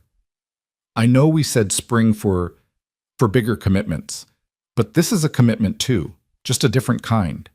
It's me saying I trust you not just with my heart, but with my livelihood, my legacy, everything I've built. Wyatt took her hands in his, holding them gently. Then yes, absolutely yes. We'll merge the operations, and in the spring when the valley turns green, I'll ask you the other question that's been burning in my pocket since I found this today. He pulled out the ring box, watching her eyes go wide. Wyatt, I'm not asking now. We agreed on spring, and I'll keep that promise. But I want you to see it, to know it's waiting. This was my mother's ring, and my father left it for me to give to you when the time was right. He opened the box, and the emerald caught the firelight, glowing with deep green fire. It's yours, Lily, whenever you're ready to wear it. Tears streamed down her face as she stared at the ring. It's beautiful. Mary would have worn this for 20 years, and before that my grandmother wore it. It's a Calder family ring, but Dad's note said it belongs with Henderson blood, which you have through your grandmother. It's meant for you. She touched the ring lightly, reverently, then closed the box and pushed it back toward him. Keep it safe until spring. When you ask properly, I want the full moment, the question, the ring, all of it. Don't let me spoil it by accepting too soon. He laughed, pulling her into his arms. You're remarkable, you know that? I just know what I want, and I want to do this right. She kissed him, soft and lingering. Now put that ring somewhere safe and come back over here. We have more planning to do, and I can't concentrate when you're looking at me like that. Like what? Like you're counting down the days until you can put that ring on my finger. Can you blame me? But he tucked the ring box safely in his pocket and returned his attention to her notebook, to the practical business of combining two ranches into one thriving operation. They worked together late into the night, making plans and dreaming dreams. Two people who'd lost each other and found their way back, building something stronger than what they'd almost had the first time around. Outside, the January wind howled and the snow fell, but inside there was warmth and light and love that had survived 6 years of separation and come back fiercer and truer than before. Spring was coming. Wyatt could feel it even in the depths of winter. And with spring would come new life, new beginnings, and the question he'd been waiting 6 years to ask properly. Until then, there was work to do, plans to make, and a partnership to build that would lay the foundation for everything that came after. He looked at Lily, bent over her notebook, her hair falling forward to hide her face, completely absorbed in ranch logistics, and felt his heart swell with love so strong it almost hurt. This was his future, sitting right here in his living room, planning their combined operations with the same fierce determination she brought to everything. And in the spring, when the valley turned green and the eagles returned to their nest on the ridge, he would make sure that future became permanent and binding and forever. February crawled by with the kind of stubborn cold that made even the most optimistic rancher wonder if spring would ever come. But Wyatt watched for the signs. The way the sun sat a little higher in the sky each day, the occasional warm wind that blew down from the mountains carrying the promise of thaw, the restlessness in the livestock that spoke of changing seasons. The ring box stayed in his desk drawer, but he took it out every few days just to look at it, to imagine the moment when he'd finally slip it onto Lily's finger. They formalized the ranch merger in early March, sitting in Miles Granger's office, and signing papers that made them business partners in the eyes of the law. The attorney had smiled knowingly as they worked through the details, clearly aware that business partnership was just the beginning. "You're doing this right," Miles said as he notarized the final document. "Building on solid ground, making sure you work well together before you make it permanent. Your father would approve, Wyatt." "I think he would." Wyatt glanced at Lily, who was reading through the contract one final time with the careful attention she gave everything important. "I think he'd be glad we found our way back to each other." The merged operation meant more coordination, more communication, more time spent together working through the practical details of running what was now one of the largest cattle operations in the valley. They hired on 2 additional ranch hands to help with the increased workload, young men from town who were eager for steady work and willing to learn. Jimmy took charge of training them, clearly pleased to have moved up in the hierarchy.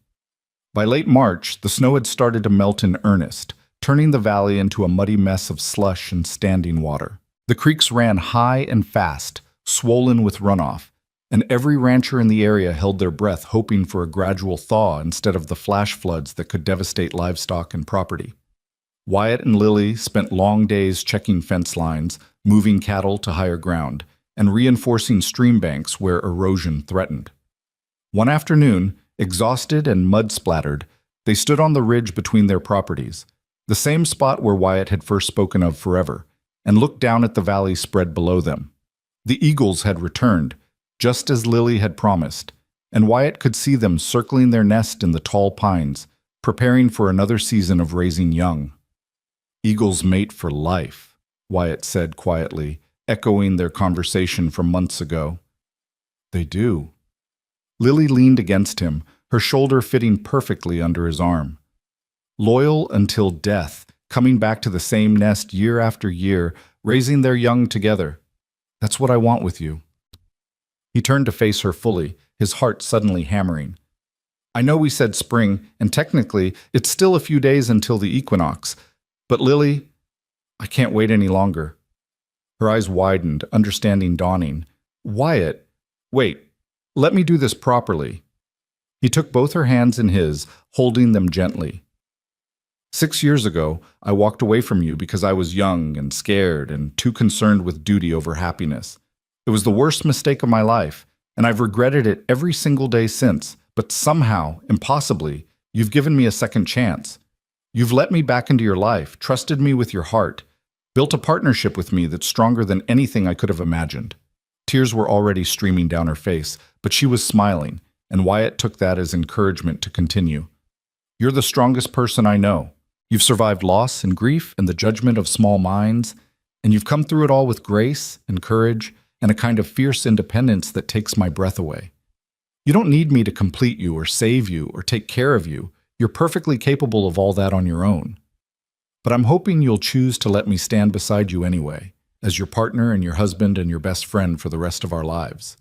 He released one of her hands to pull the ring box from his pocket, opening it to reveal the emerald glowing in the afternoon sunlight. "Lily Henderson Warren, will you marry me? Will you build a life with me, raise cattle and children with me? Grow old watching these eagles come back year after year? Will you be my mate for life, the way they are for each other?" "Yes." The word came out choked with emotion, but clear. "Yes," Wyatt called her, "I'll marry you. I'll choose you every day for the rest of my life, and I'll love you with everything I have." His hand shook as he slid the ring onto her finger. It fit perfectly, the emerald catching the light and throwing green fire. Lily stared at it for a moment, tears flowing freely now, then launched herself at him with enough force that he staggered backward, both of them laughing and crying at once. He kissed her there on the ridge with the eagles circling overhead and the valley spread below them, kissed her with all the love and commitment and promise he'd been holding inside for months.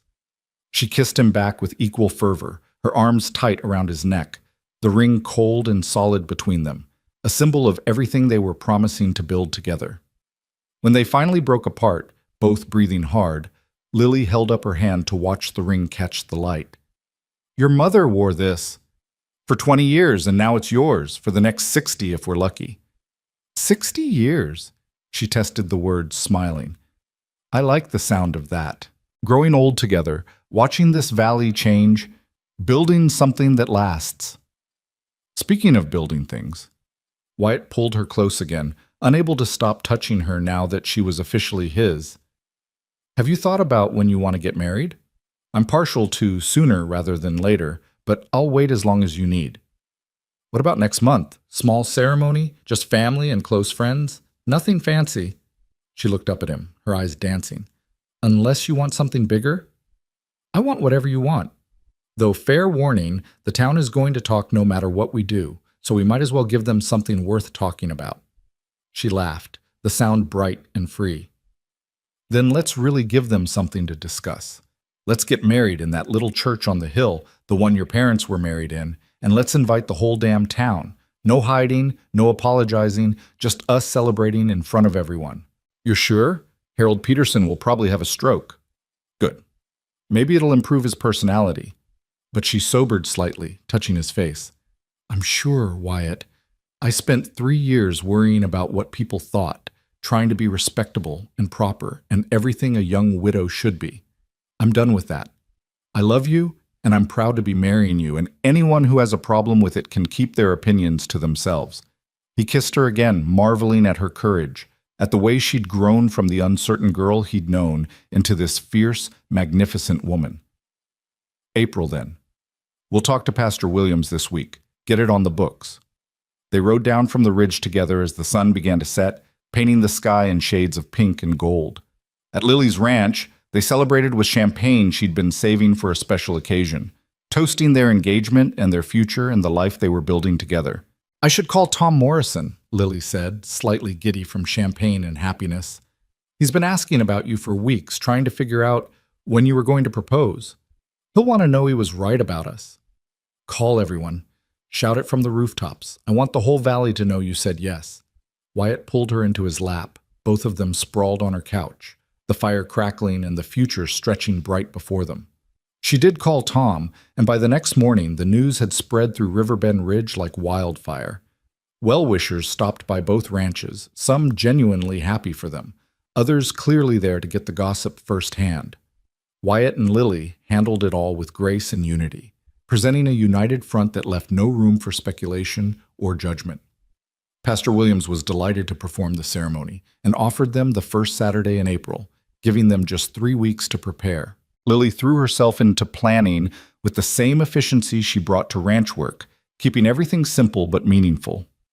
She found a cream-colored dress at a boutique in the next town over, simple and elegant and perfectly suited to a ranch wedding.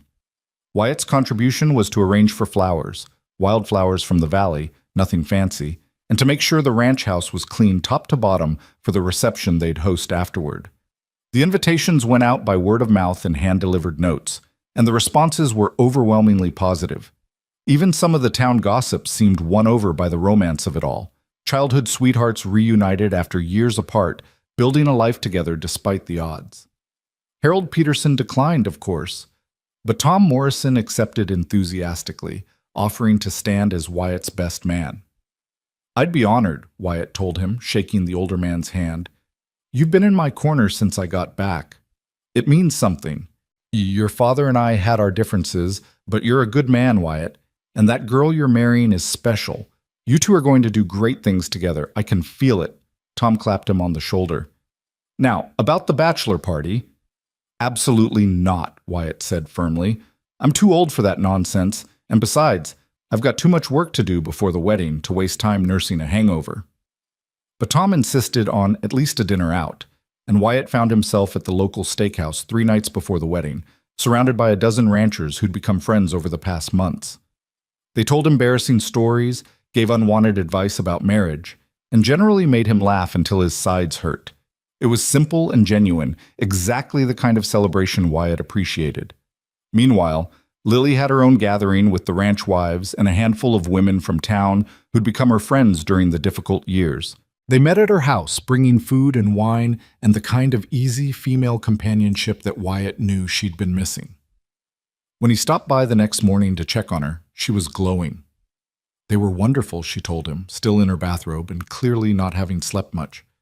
They shared their own stories, gave me advice, and made me feel like part of a community instead of an outsider. I didn't realize how much I needed that. "You've never been an outsider," Wyatt said, pulling her close. "You've been one of us all along. It just took some people longer to see it." The wedding day arrived with perfect spring weather, clear skies, temperatures in the 60s, and a gentle breeze that carried the scent of new grass and wildflowers. The church on the hill filled with what seemed like half the valley, people packed into pews and standing along the walls. Wyatt stood at the altar with Tom beside him, his heart pounding as the organ began to play. And then Lily appeared at the back of the church, and everything else ceased to matter. She was radiant in her cream dress, her hair swept up, but with soft curls framing her face, carrying a simple bouquet of those valley wildflowers. She walked alone, having no father to give her away, and refusing to have anyone stand in for that role, and her eyes locked on Wyatt's from the moment she appeared. The walk down the aisle seemed to take forever and no time at all, and then she was there beside him, taking his hand, smiling with so much love and joy that he felt his own eyes sting with tears. Pastor Williams performed a simple, beautiful ceremony. They'd written their own vows, and when it came time to speak them, Wyatt's voice shook only slightly. "Lily, I promise to choose you every day, even on the hard days when ranch work is brutal and money is tight and we're both too tired to be reasonable. I promise to be your partner in all things, to respect your strength while supporting you when you need it, to make you laugh when you want to cry. I promise to never run from our problems, to talk through our disagreements, to love you fiercely and faithfully for all the days of my life. You are my home, my heart, and my future, and I'm honored beyond measure that you've chosen to be my wife." Lily's vows were equally moving, her voice clear and strong despite the tears on her cheeks. "Wyatt, I promise to trust you with my heart, my dreams, and my fears. I promise to be your partner in building something lasting, not just a ranch, but a life full of love and laughter and purpose. I promise to believe in us, even when times are hard, to fight for what we have instead of letting it slip away. You came back when you could have stayed gone. You fought for me when you could have given up, and you've shown me that love is worth the risk. I choose you, today and always, as my husband and my best friend." When Pastor Williams pronounced them married and gave Wyatt permission to kiss his bride, the church erupted in applause and cheers. Wyatt pulled Lily into his arms and kissed her thoroughly, propriety be damned, and she kissed him back with equal enthusiasm. They were laughing when they broke apart, foreheads pressed together, the future suddenly real and tangible, and theirs. The reception at the Calder Ranch was everything a wedding celebration should be. Good food, flowing drinks, music and dancing, and the kind of genuine joy that came from community witnessing love triumph over adversity. Wyatt danced with his new wife 3 times in the first hour, unable to let her go for long, and she seemed equally reluctant to leave his side. "Mrs. Calder," he murmured during a slow dance, testing out her new name. "I like the sound of that." She rested her head on his shoulder. "Though legally I'm keeping Warren for the ranch, at least until we figure out the business paperwork. But personally, I'm absolutely Mrs. Calder. Lily Calder, my wife." He spun her gently, and her laugh was pure happiness. "I'm the luckiest man in Montana." "We're both lucky. We got a second chance, and we're not wasting it." She pulled back to look at him, her eyes serious despite the celebration around them. "Thank you for coming back, for fighting for us, for being exactly the man I needed you to be. Thank you for letting me back in, for trusting me again when you had every reason not to." He kissed her softly, sweetly, a promise of the night to come and all the nights after that. They'd decided against a honeymoon, too much work on the ranch with spring calving in full swing, but they did take a long weekend alone at the ranch house, ignoring everything but each other. Those 3 days were a gift, time to be newlyweds without the demands of livestock and business and the outside world intruding. When they returned to work on Tuesday, it was as a fully united team. The ranch hands had taken care of the essential tasks, but there was plenty to catch up on. Wyatt and Lily threw themselves back into the rhythm of ranch life, and somehow it felt different now. More settled, more permanent. This wasn't just a partnership anymore. It was a marriage in every sense of the word. April slipped into May and the valley exploded with new life. Calves were born, the grass turned brilliant green, and the eagles on the ridge successfully hatched their young, 2 fluffy eaglets that Wyatt and Lily checked on regularly during their evening rides. The combined ranch operation thrived, exactly as they'd hoped. Their efficiency improved, their costs decreased, and their reputation grew. By mid-May, they were fielding inquiries from other ranchers interested in buying breeding stock, and Wyatt found himself in the unfamiliar position of being seen as successful rather than just scraping by. It was during one of those evening rides, checking the eaglet's progress, that Lily made an announcement that changed everything again. They stood on the ridge, watching the adult eagles bring food to their young, the setting sun painting everything golden. Lily had been quiet during the ride up, and Wyatt had let her be, sensing she was working through something. "I'm pregnant," she said finally, the words quiet but clear in the evening air. Wyatt turned to her slowly, hardly daring to believe what he'd heard. "You're... really?" "Really. About 6 weeks, best I can figure. I saw Doc Morrison in town yesterday to confirm." She turned to face him, and her expression was a complex mix of joy and nervousness. "I know we didn't plan this so soon, and there's so much work to do, but..." He pulled her into his arms, cutting off her anxious rambling with a kiss that poured out every ounce of love and excitement he felt. When he pulled back, he was grinning so widely his face hurt. "This is incredible. You're incredible. We're going to have a baby." "You're happy?" Relief flooded her features. "Happy doesn't begin to cover it. I'm elated. Terrified, but elated." He placed a hand gently on her still flat stomach, wonder filling him. "Our child, growing right here. Due in January, right in the middle of the worst winter weather, because of course our baby would choose to arrive at the most inconvenient time possible." But she was laughing, her earlier nervousness evaporating. "We're going to be parents, Wyatt." "We are." He kissed her again, then dropped to his knees, pressing a kiss to her stomach through her shirt. "Hello in there, little one. Your mom and I can't wait to meet you." Lily's laugh turned to tears, the happy kind, and she ran her fingers through his hair as he stayed there, kneeling in the grass, overwhelmed with gratitude and love and the sheer miracle of this moment. They'd come so far, from that first painful separation to this perfect reunion, from 2 separate ranches to one thriving operation, from broken hearts to a love stronger than ever. And now they were creating new life together, building a family that would carry on what they'd started. The summer passed in a haze of work and preparation. They told close friends about the pregnancy, and the news spread through the valley with the usual speed. The ranch wives descended on Lily with advice and hand-me-down baby clothes and stories meant to either reassure or terrify. Wyatt found himself on the receiving end of similar treatment from the ranchers, who offered wisdom about raising children on a working ranch, and warned him about sleepless nights and constant worry. Through it all, they continued to build, not just their ranch and their family, but their partnership. They learned each other's rhythms and moods, figured out how to argue productively and make up quickly, discovered that marriage was harder and better than anything they'd imagined. Some days were difficult, filled with disagreements about ranch management or money or whose turn it was to handle the bookkeeping. But they worked through it all, keeping their promise to talk instead of run, to fight for their relationship instead of letting problems fester. By September, Lily's pregnancy was obvious, her belly swelling with new life. She insisted on continuing ranch work, though Wyatt and the ranch hands conspired to make sure she wasn't doing anything too strenuous. She caught them at it more than once and read them all the riot act about treating her like she was fragile. "I'm pregnant, not dying," she told Wyatt firmly after he tried to stop her from climbing a fence. "Women have been working through pregnancy since the beginning of time. I'm fine. I know you are. But humor me? Let me worry about you and the baby. It's my job now."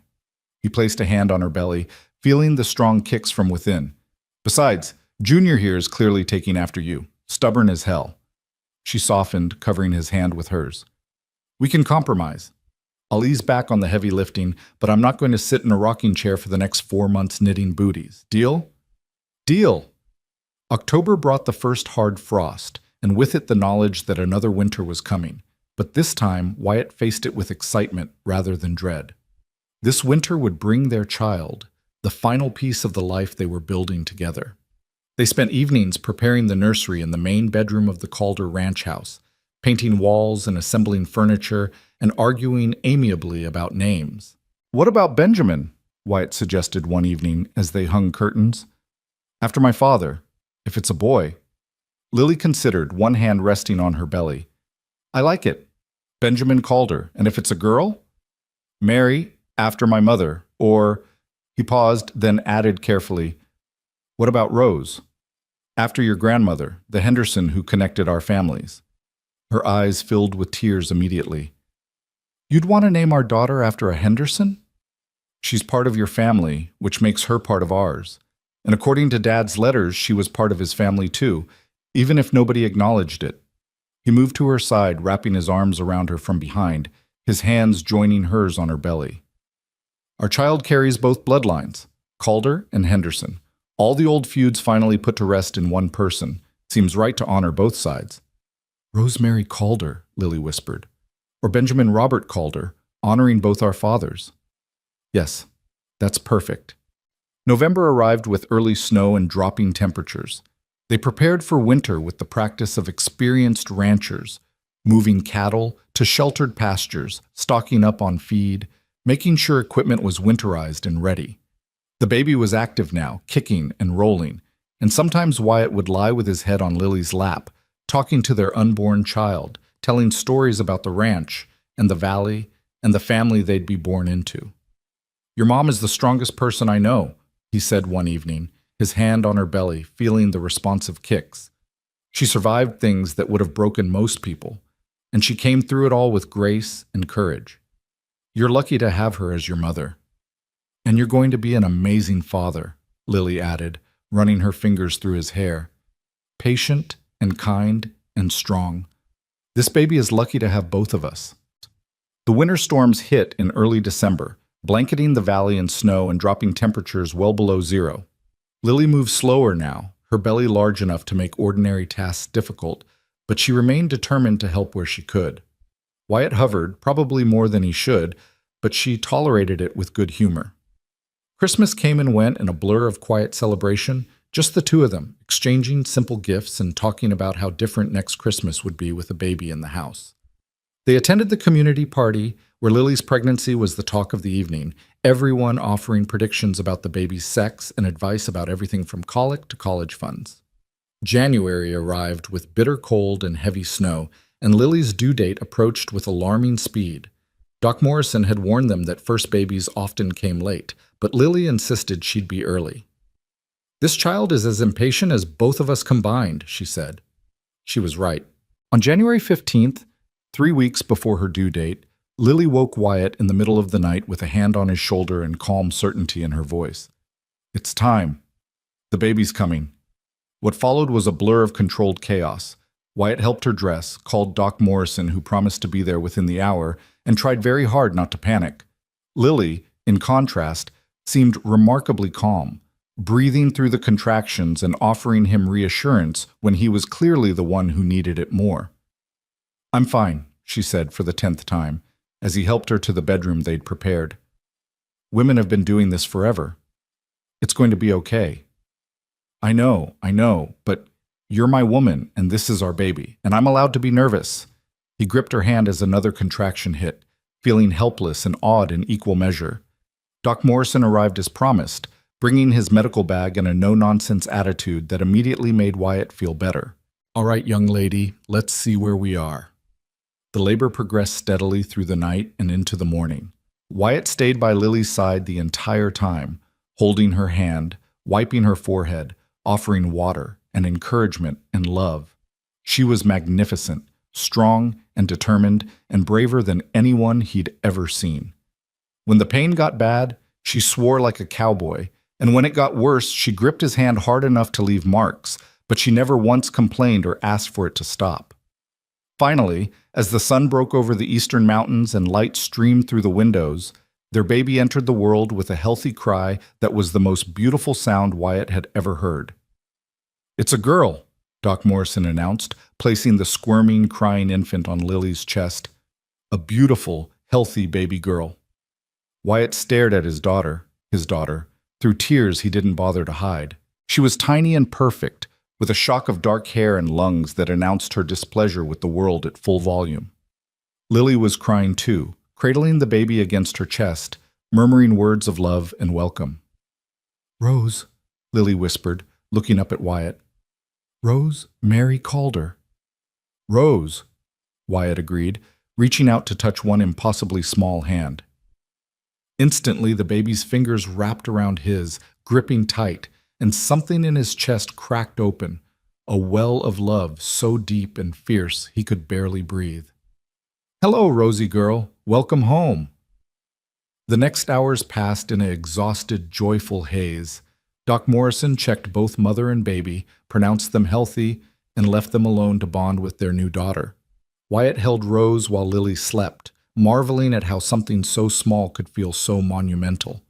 This was his child, created from love and commitment and the second chance he'd almost thrown away. When Lily woke, he placed Rose in her arms and watched as his wife, his strong, beautiful, remarkable wife, nursed their daughter for the first time.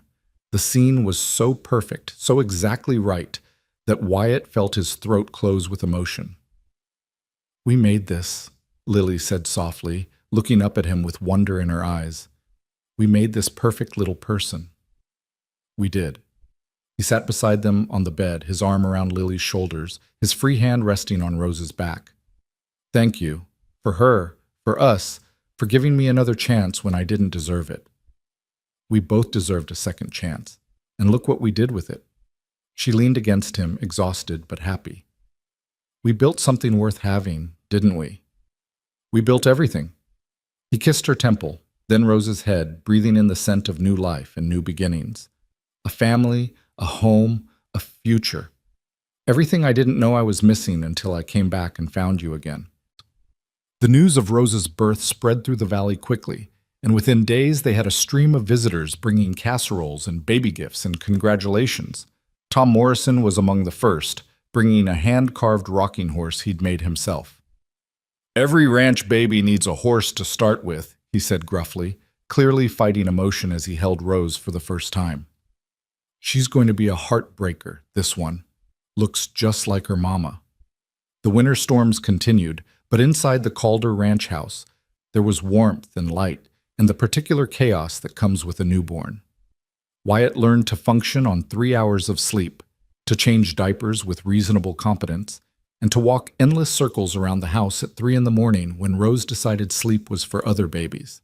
Lily recovered quickly, proving as resilient in motherhood as she was in everything else, though she accepted help more gracefully than usual.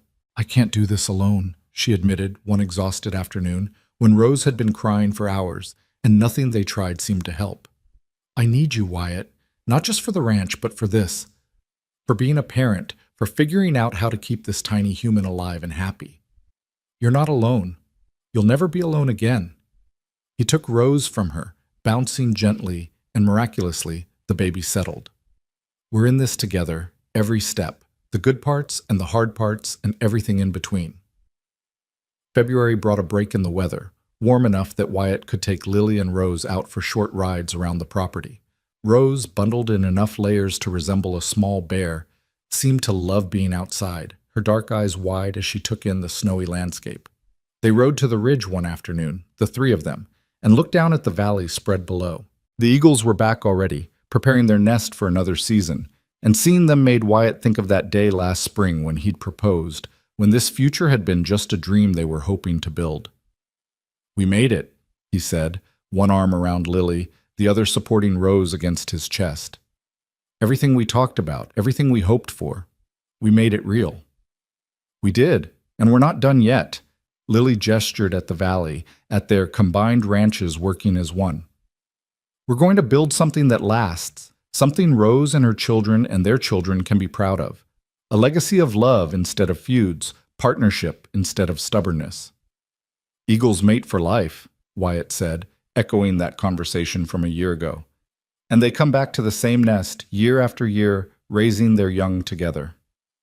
"Like us." Lily turned to kiss him, careful not to jostle Rose. "My mate for life, my partner, my love above, forever," Wyatt promised, and he meant it with every fiber of his being.